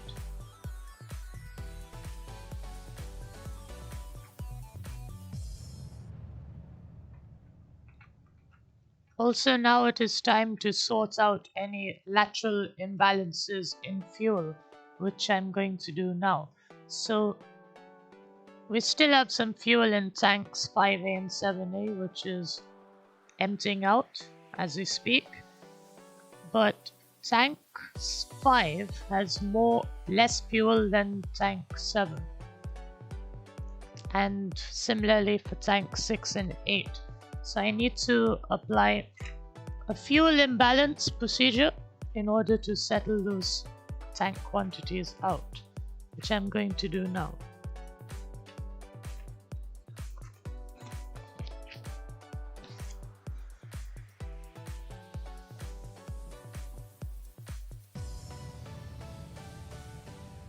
So basically, we want to transfer fuel from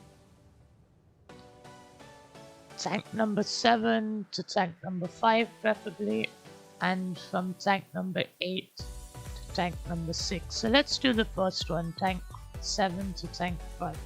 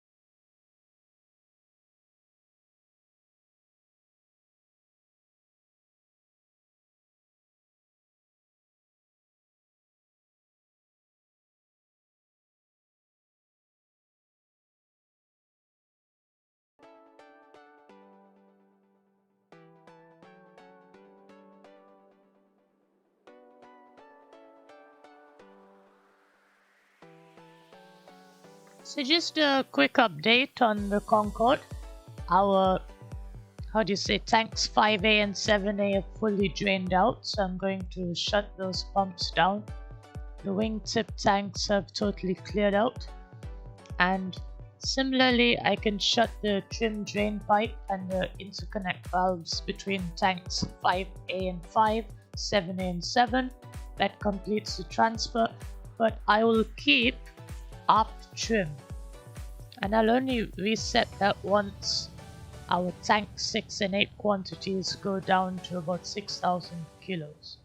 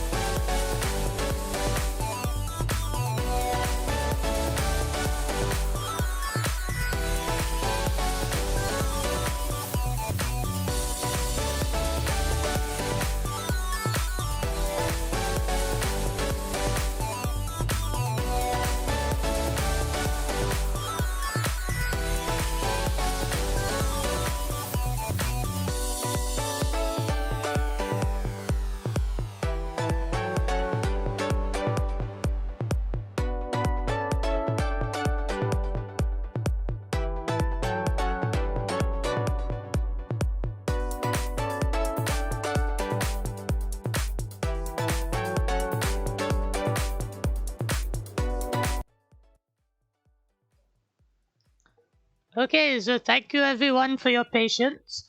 And returning back to the flight, I just want to update you that the fuel in tanks 5 and 7 have exhausted.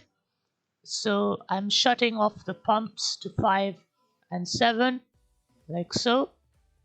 And I am going to turn on the pumps for tanks 6 and 8 to take over.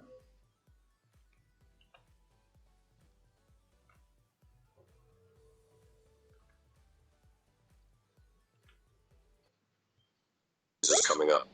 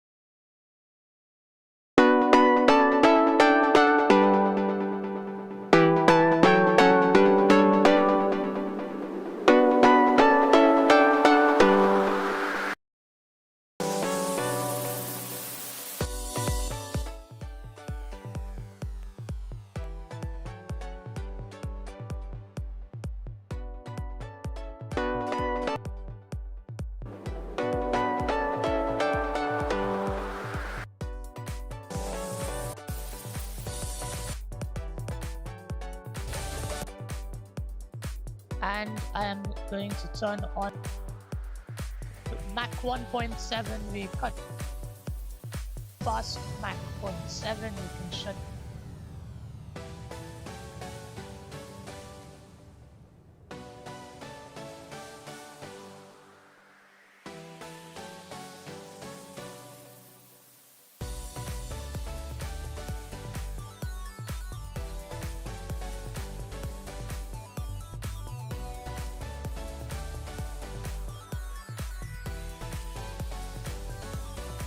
just a quick update on the Concorde.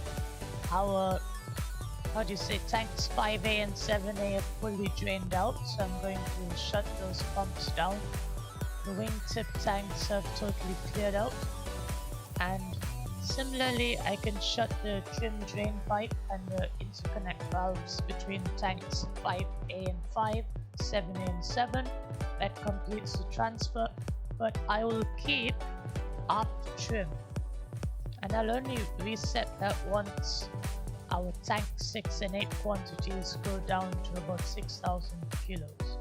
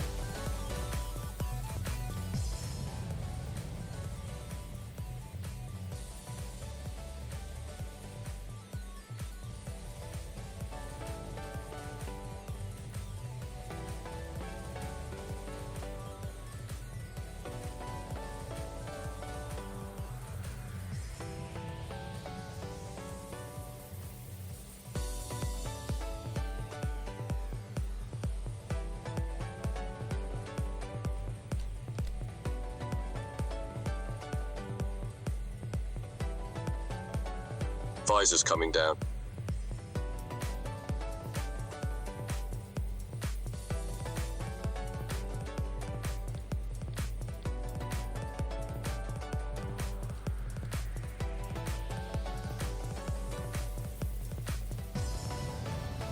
Visors coming down.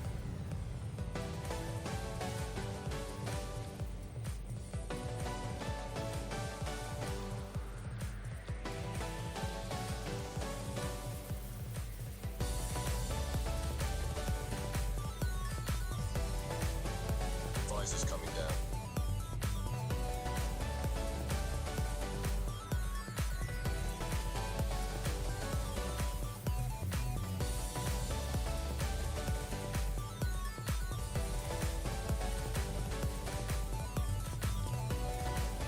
Visors coming down.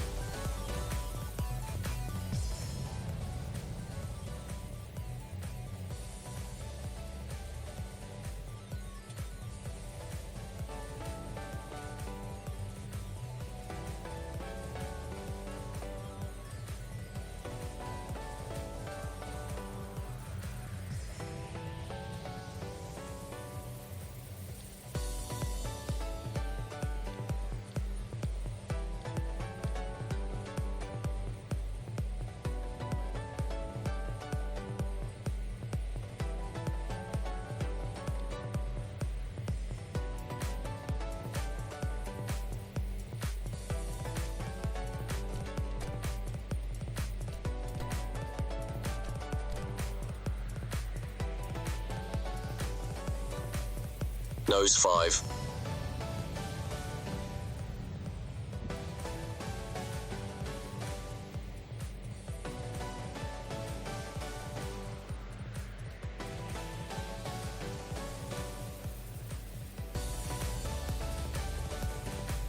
Nose 5.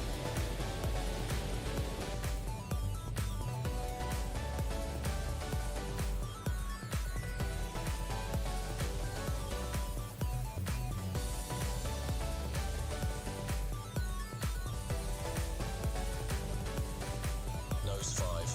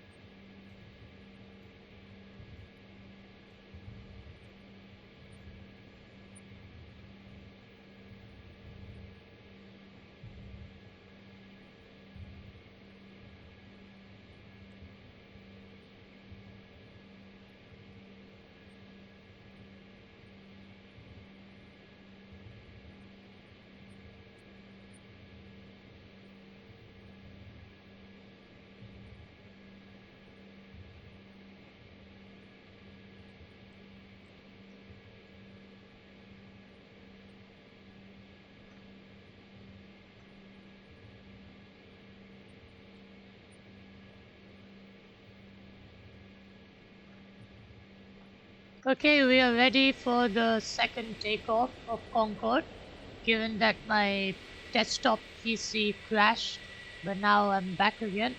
And this time I started the Concorde faster than I did before, and let us begin with the takeoff. Okay, so time elapsed. Okay, we are ready for the second takeoff of Concorde, given that my desktop PC crashed, but now I'm back again. And this time I started the Concorde faster. Okay, so let us begin. So time elapsed. 3, 2, 1, now.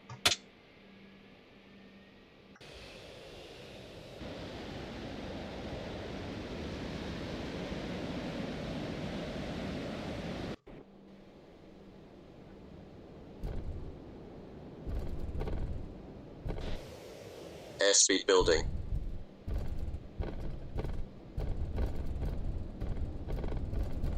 $100 knots. Power set.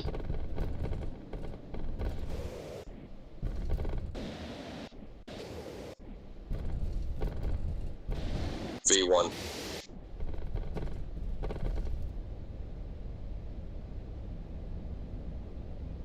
Rotate.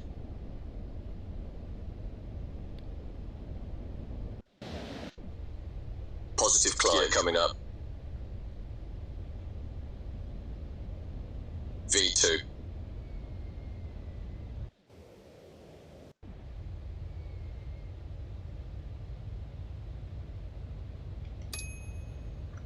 $240 knots. 3, 2, 1. Noise.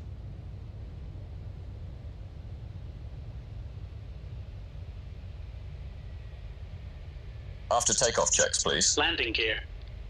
Up, lights off, neutral.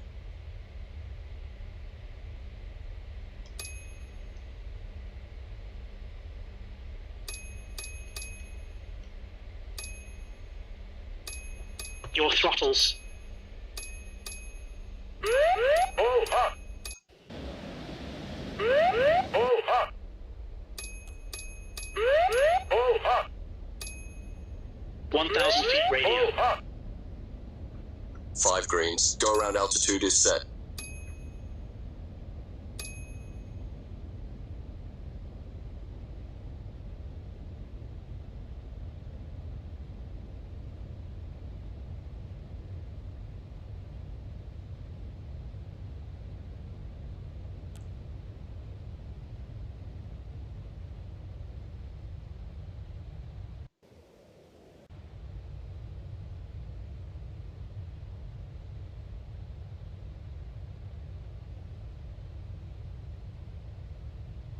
Okay, so after takeoff checks, landing gear up, lights off neutral, master warning, recalled.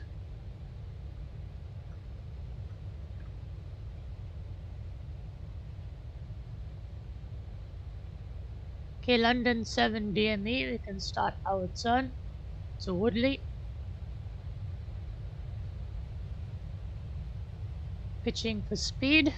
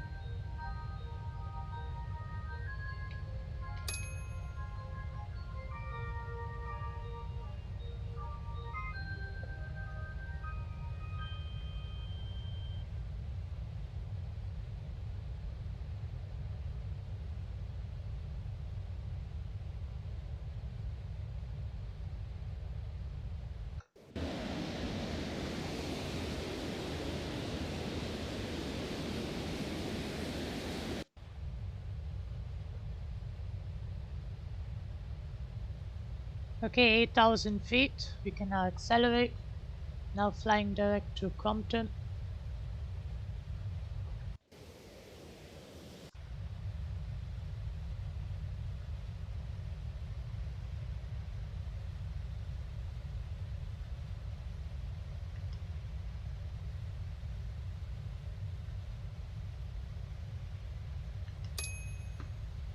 Okay, as part of the after takeoff checks, I need to open the secondary air doors fully. The noise abatement is cancelled now. Let's engage the autopilot, go IS hold.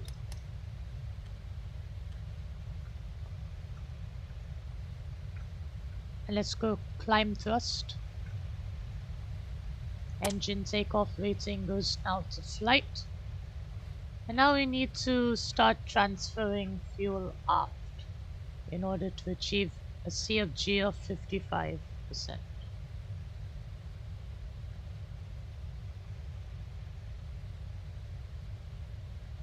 There we go.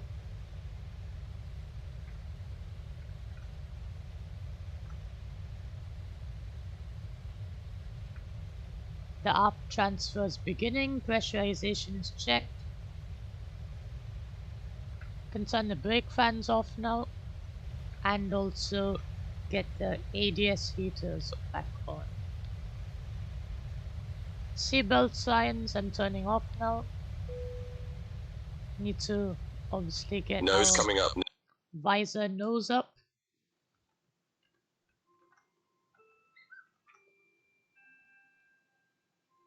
And also let's get the aircraft to follow the INS.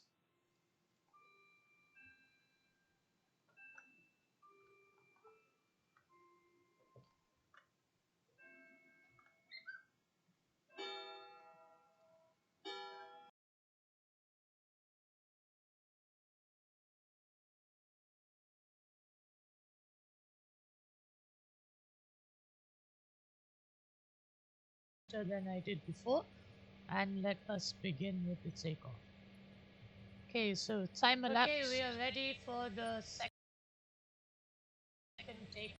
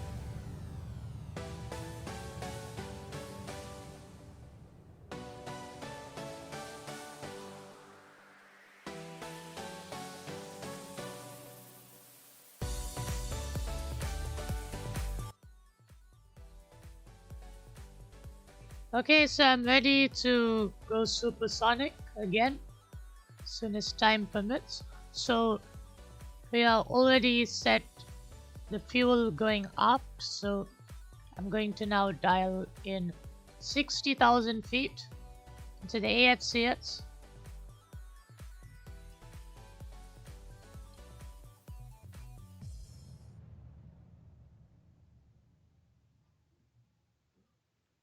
Like so. And now I'm going to go to pitch hold. And I'm going to start to pitch up to about 10 degrees. Disconnecting the auto throttles.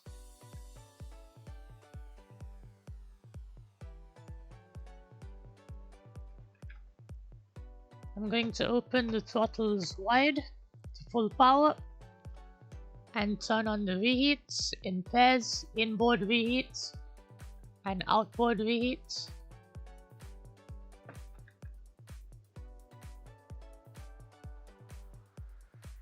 There we go, and we are now steadily climbing.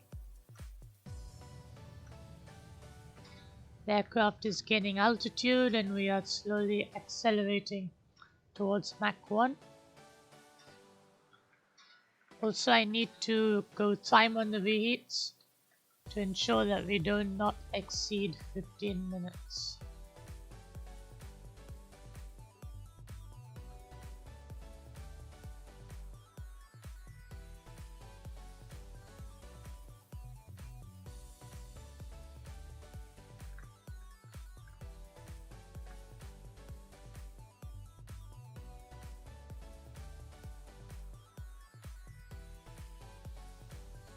Mach 0.98 is approaching.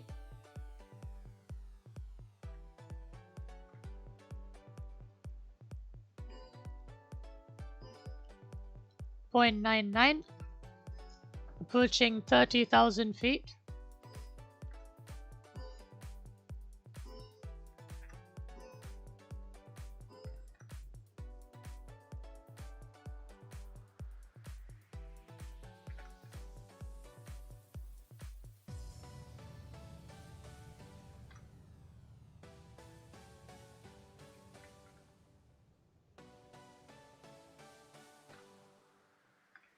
Okay, Mach 1, let's go max climb. The vertical speed indicator fluctuated, which tells us we are past Mach 1. Now Mach 1.01. We're now supersonic. So Mach 1 checklists are engine anti-icing, wing anti-icing is off, transparency, de-ice and demist is also off. Our pressure static heaters, they go off as well.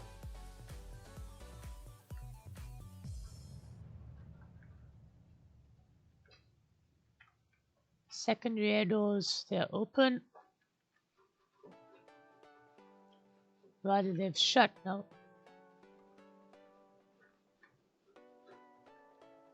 And at Mach 1.3, the ramps will start to close.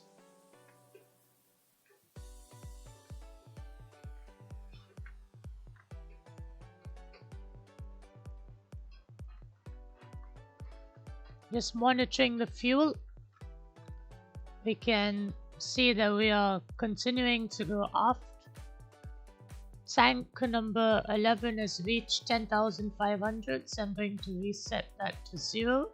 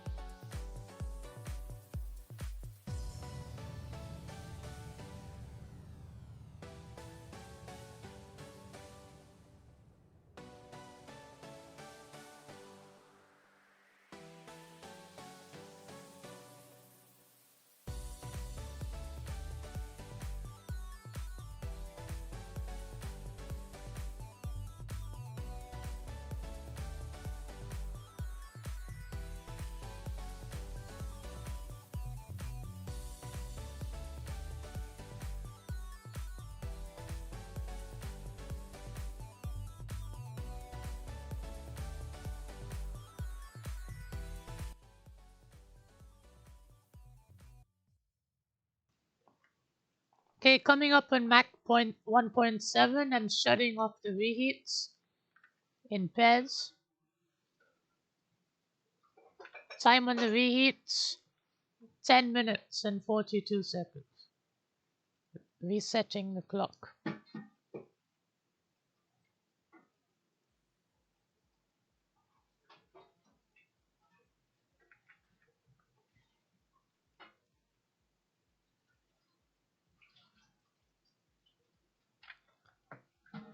Okay, we don't have any fuel left in tank 10. Tank 10 has come down to a minimum. So I'm shutting the pumps to tank 10 off. We're approaching 59%. So what I want to do is I want to start going up trim, emptying out the wing tanks so that the heating and the friction does not affect the aircraft. Okay, so up trim, the tanks 5A is emptying into 5, tank 7A is emptying into 7, and to compensate for that, tanks 1 and 4 are emptying and going into tanks 5 and 7. We can also shut the de-aeration off since we are past Mach 1.7. It's no longer needed.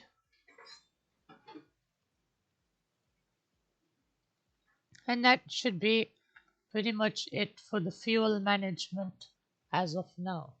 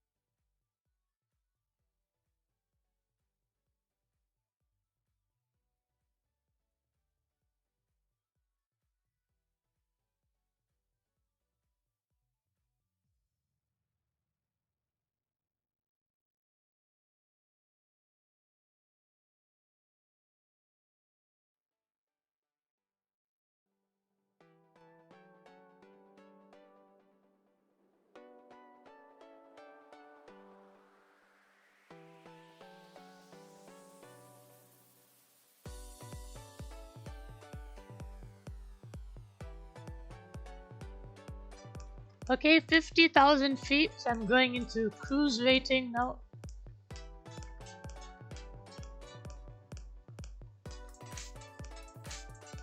There we go. Max climb and max cruise is illuminated. Mach 1.7 checks. Flight director 1 is on. Auto throttle 1 is on. And autopilot 1 is on.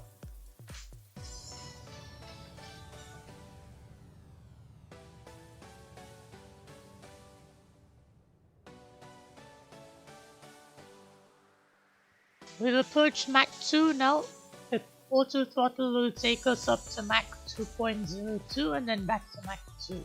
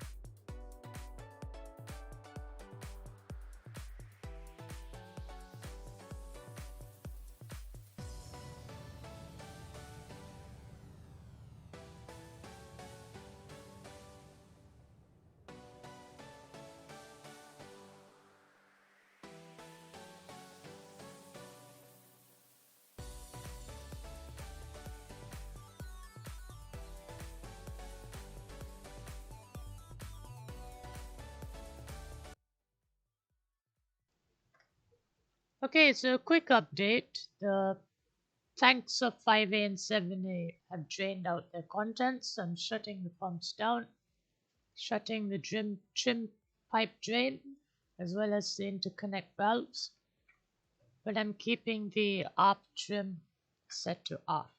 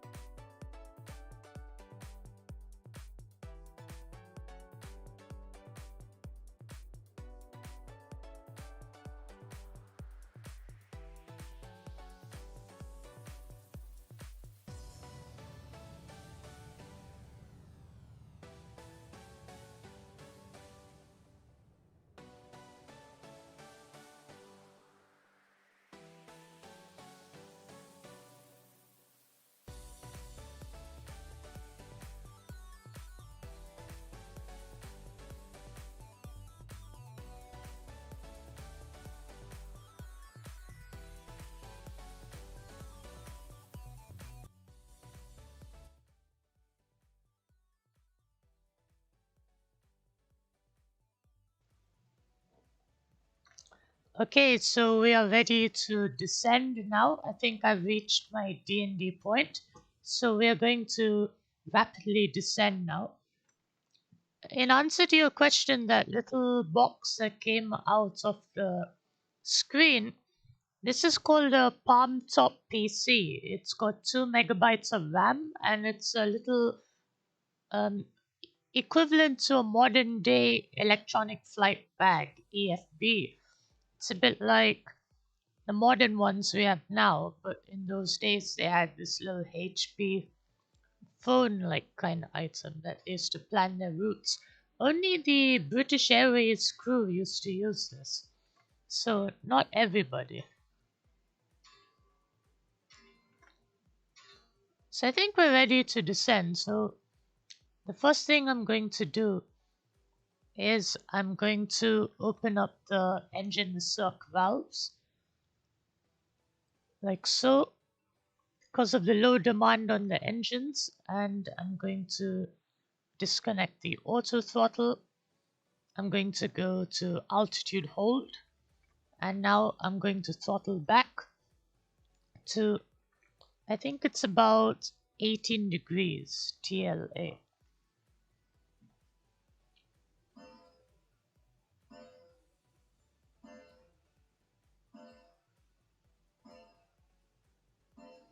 Like so. So now as you can see, the airspeed is going to bleed off and we are on altitude hold. And very shortly, when we reach about 350 knots, I'll select IAS hold and we'll start descending quite rapidly.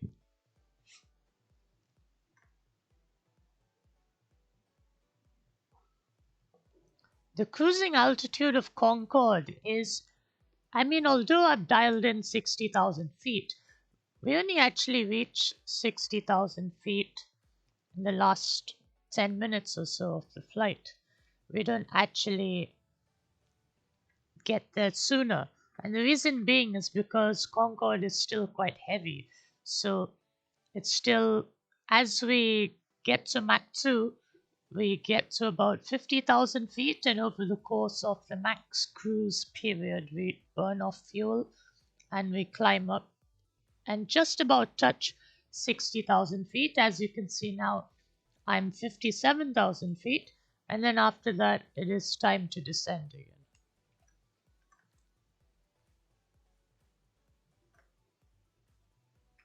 So coming back at 350 knots, and I'll select IAS hold, and we'll start the descent.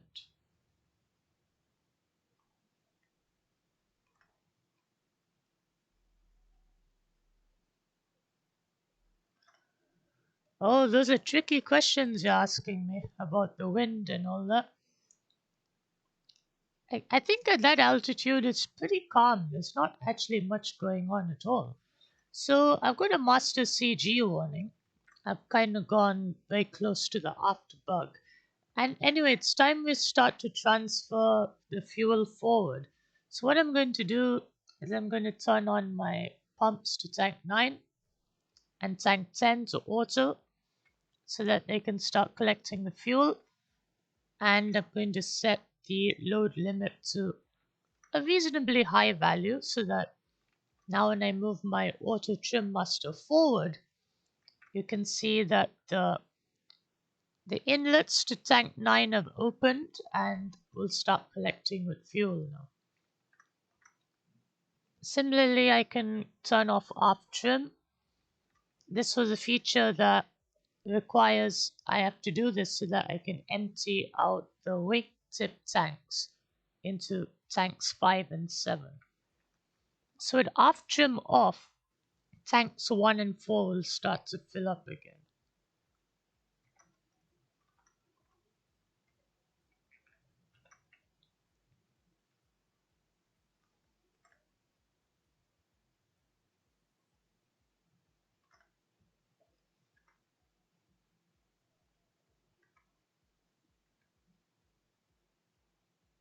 So now we're descending quite steeply and we are coming up on Mach 1.3. We can go to the second stage of throttling now, about 38 degrees TLA. like so. And now the aircraft will start to pitch down even more to maintain 350 knots.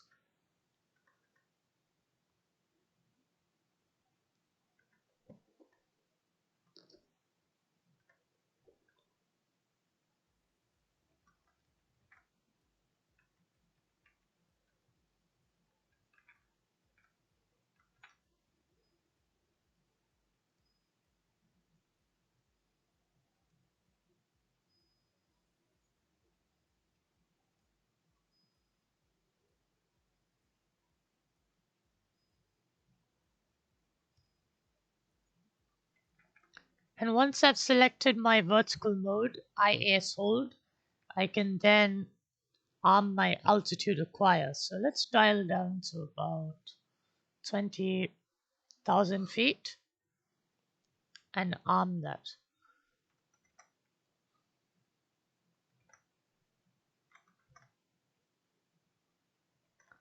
Yeah, we do have to do the throttles by hand. There's no EPR computer or any kind of stuff like that. And most of the time, you actually keep the throttles at full power anyway. There's quite a complex throttling that you have to do upon taking off from London Heathrow, which you can see in my earlier tutorials. Generally, at London 7 DME, the flight engineer goes 2% on the power. So for every 1,000 feet in altitude, from 3,000 feet to 8,000 feet, the flight engineer increments the throttles by 2%.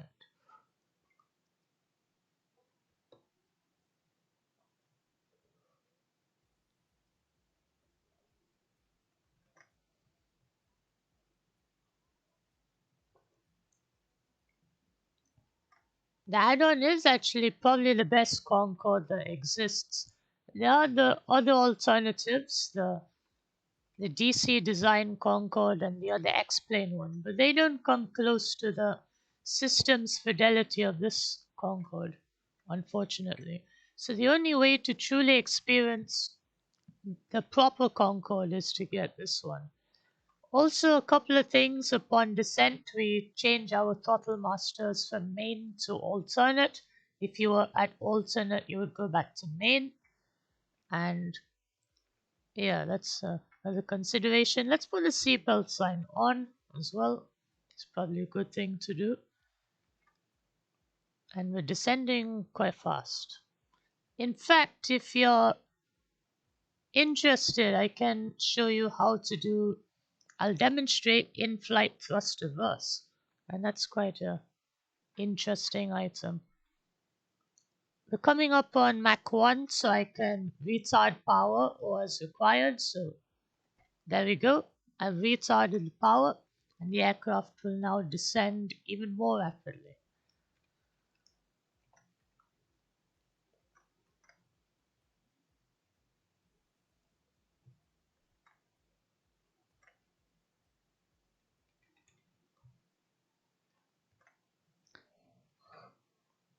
Okay, so we're meeting the criteria to do in-flight thrust reverse if the aircraft needed to descend quite rapidly. So first thing we would do is we would come to the reverser flight arm and open it. And this allows thrust reverse on the inboards, number 2 and number 3. So let's do that now.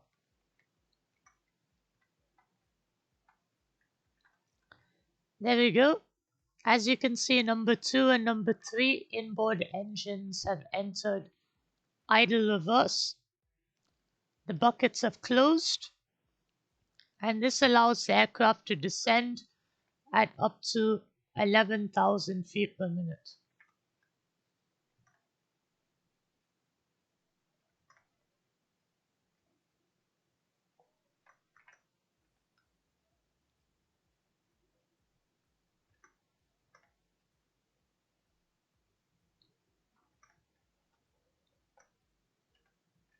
If you check the vertical speed, we are descending quite fast, in excess of 6,000 feet per minute, and can get even more.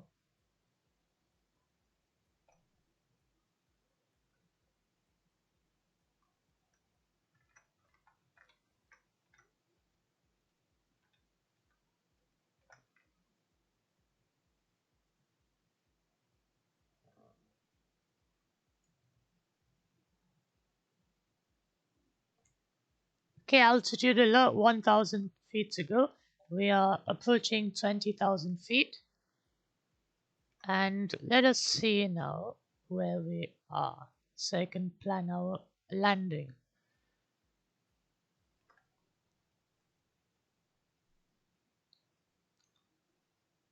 CFG is still moving forward. We are approaching 55%, which is the targeted CFG for the transonic leg. So I'm closing that up.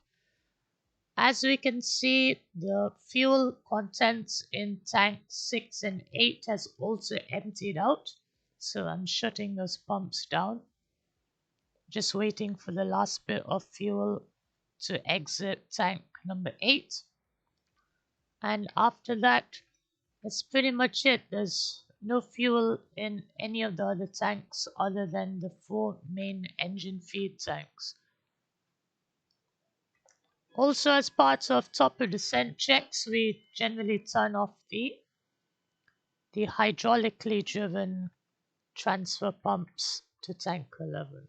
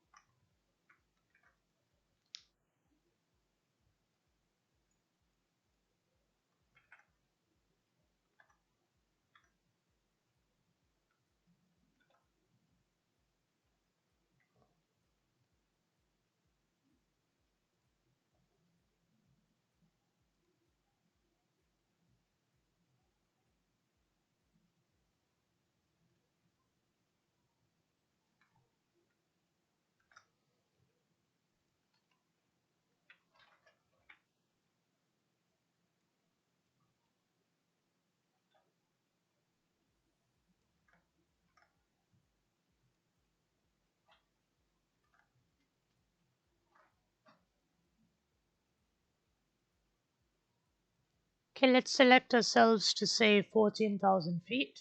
Let's assume ATC has given us the clearance.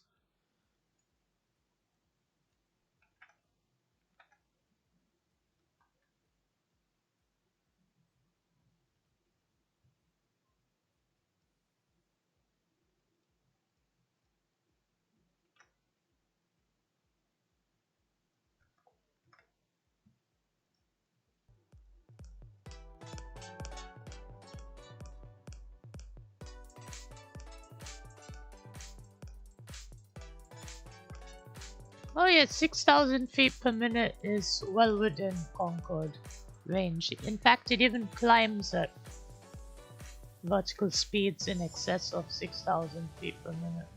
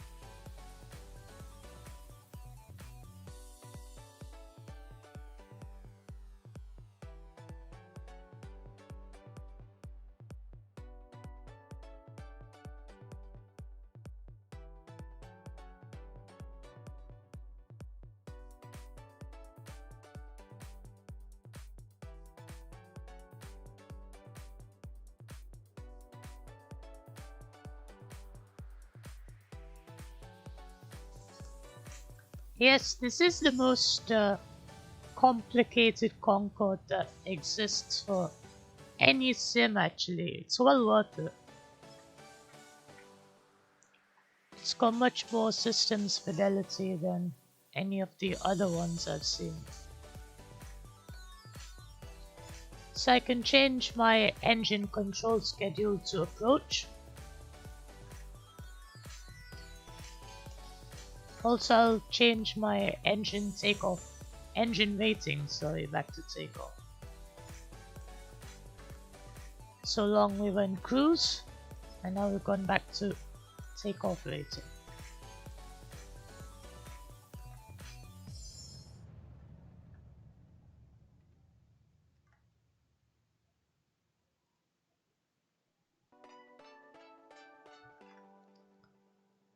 So I'm looking at little nav map, and the closest airport I can see, which is close enough, is Halifax Stanfield International Airport. So we'll be landing over there.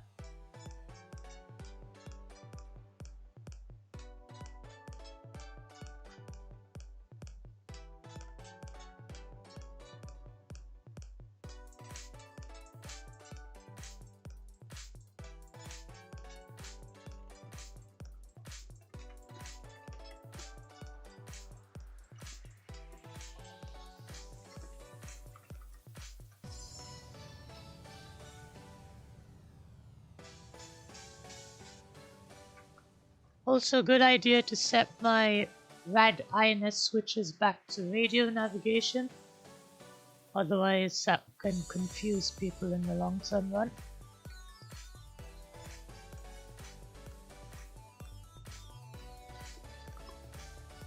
You can generally lower the nose at any speed really below 270 knots. If you have the nose deployed after 270 knots, you'll get the overspeed warning.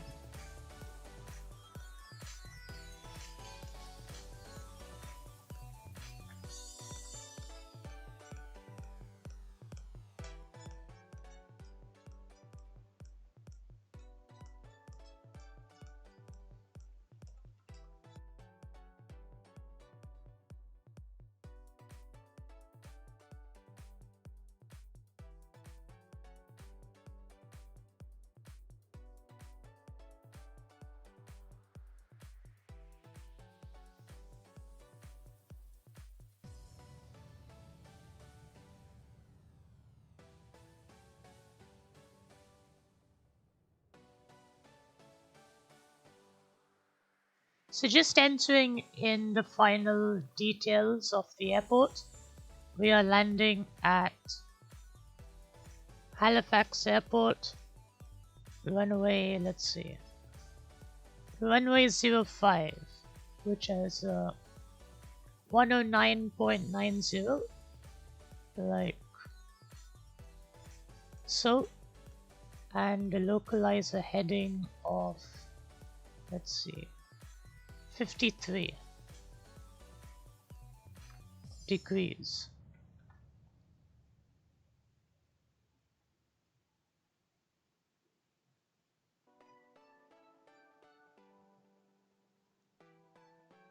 Let's set that both sides.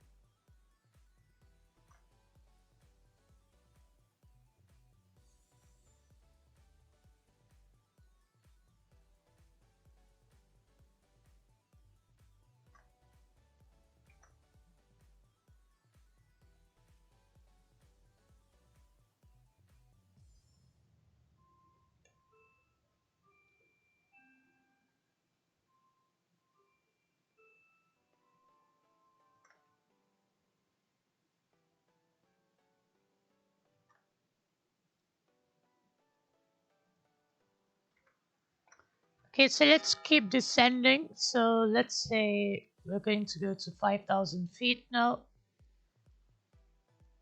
So we'll briefly have to level off at 10,000 feet in order to maintain 250 knots. Also, let's get our landing performance. So performance calculations, landing, and the landing weight, okay. And our VREF is 154 knots. And let's bug the instruments. There we go. Also, it's a good idea to do a warning and landing light check. It tells you your auto land status and everything.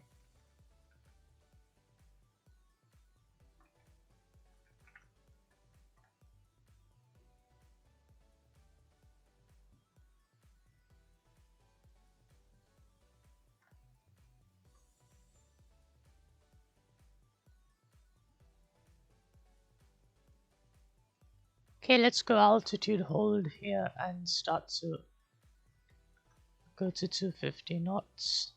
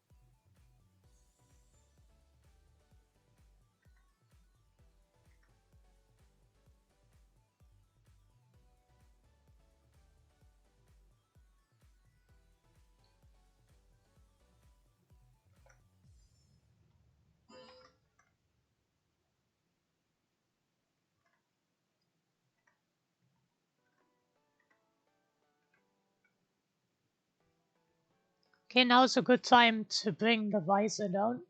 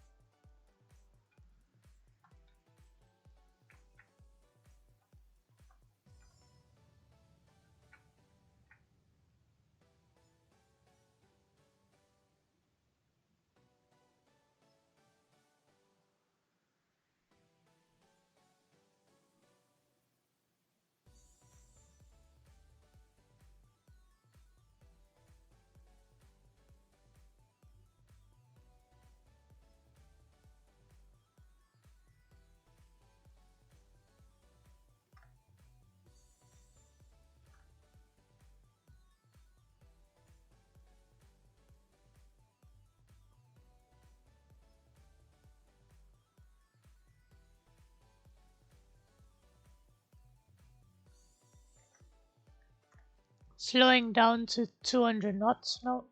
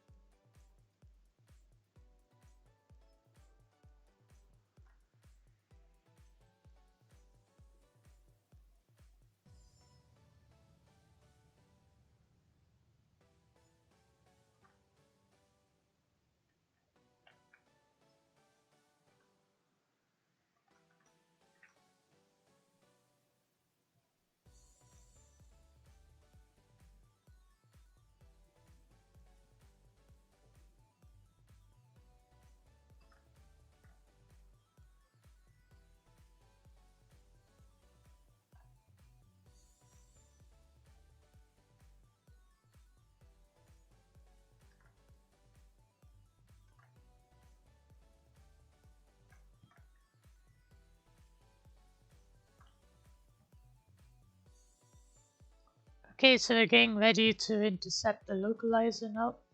I'm slowing down to 190 knots. And let's go nose 5.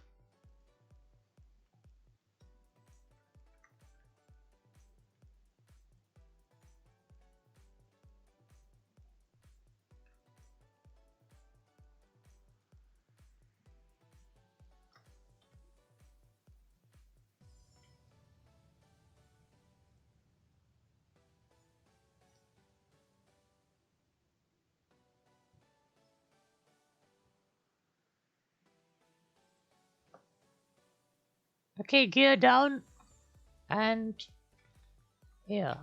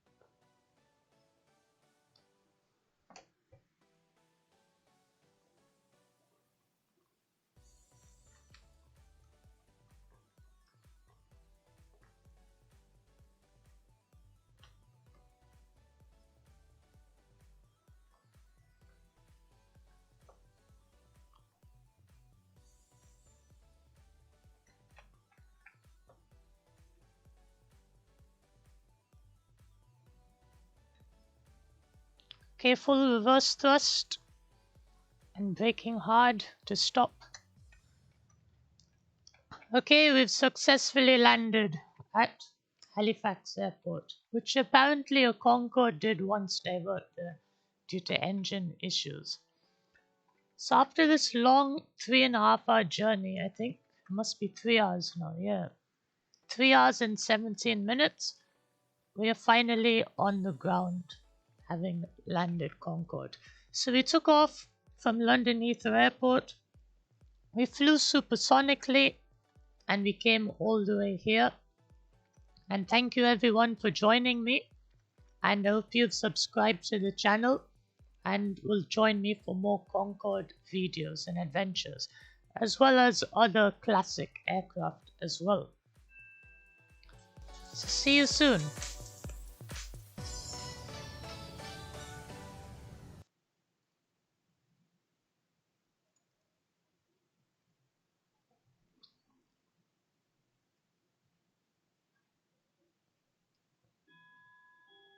Yep, you're absolutely right. The Sierra Delta it was had to divert to Halifax.